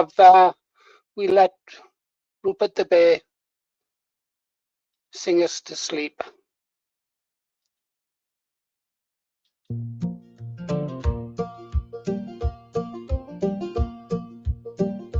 banners hung heavy, all tattered and torn, in the valley where kings and their legends were born. The iron was rusted, the gardens were dry, and a shroud of gray ashes had swallowed the sky. For years we had drifted, for years we had strayed, while the stones of our fathers began to degrade. The hearts were all cold and the children were still, as the shadow of winter crept over the hill. Oh, the kingdom was falling, the walls crumbling down. Lost was the glory and lost was the crown. But when the clock struck the hour of deepest despair, a voice like a trumpet rang out through the air. Not a lord in his silk, nor a knight in his mail, but a humble man, Rupert, who stepped through the gale. He didn't have silver, he didn't have gold, just a heart that was honest and hands that were bold. He stood in the square where the elders would meet, with the dust of the roadway still thick on his feet. He spoke not of conquest or vengeance or pride, but of the love for the soil that we'd buried inside. He spoke of the ancestors, sturdy and deep, who had planted the orchards we neglected to keep. Oh, the kingdom was falling, the walls crumbling down. Lost was the glory and lost was the crown. But when the clock struck the hour of deepest despair, a voice like a trumpet rang out through the air. Not a lord in his silk, nor a knight in his mail, but a humble man, Rupert, who stepped through the gale. He picked up a hammer, he picked up a plow. He said, if we don't save our home, tell me when, tell me how. And one by one, neighbors looked up from the mud, with the fire of old memories stirring their blood. The blacksmith, the baker, the girl from the mill, they followed his lead up the side of the hill. Through the sweat of the brow and the strength of the back, they mended the breach and they filled every crack. The gardens were planted, the bells started to ring, and the birds in the rafters began once to sing. It wasn't the sword that had won back the day, but the courage to work and the spirit to stay in the land of our fathers, the place we belong, where the weak found their power and the quiet grew strong. Now the kingdom is rising, the hearts are aglow, and the rivers of silver through green meadows flow. We tell of the darkness, we tell of the night, and of Rupert who led us back into the light. Yes, we sing of the hero who answered the call, and the home that was restored for the good of us all.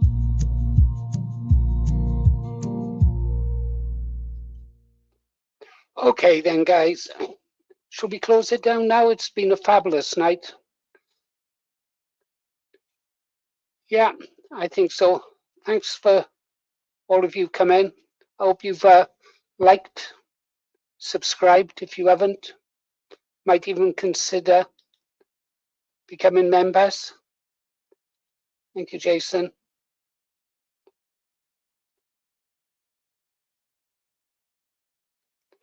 Okay, ready, Ribeye? that's a wrap. Thank you all. Good night. God bless. Hold on, girls, and come in.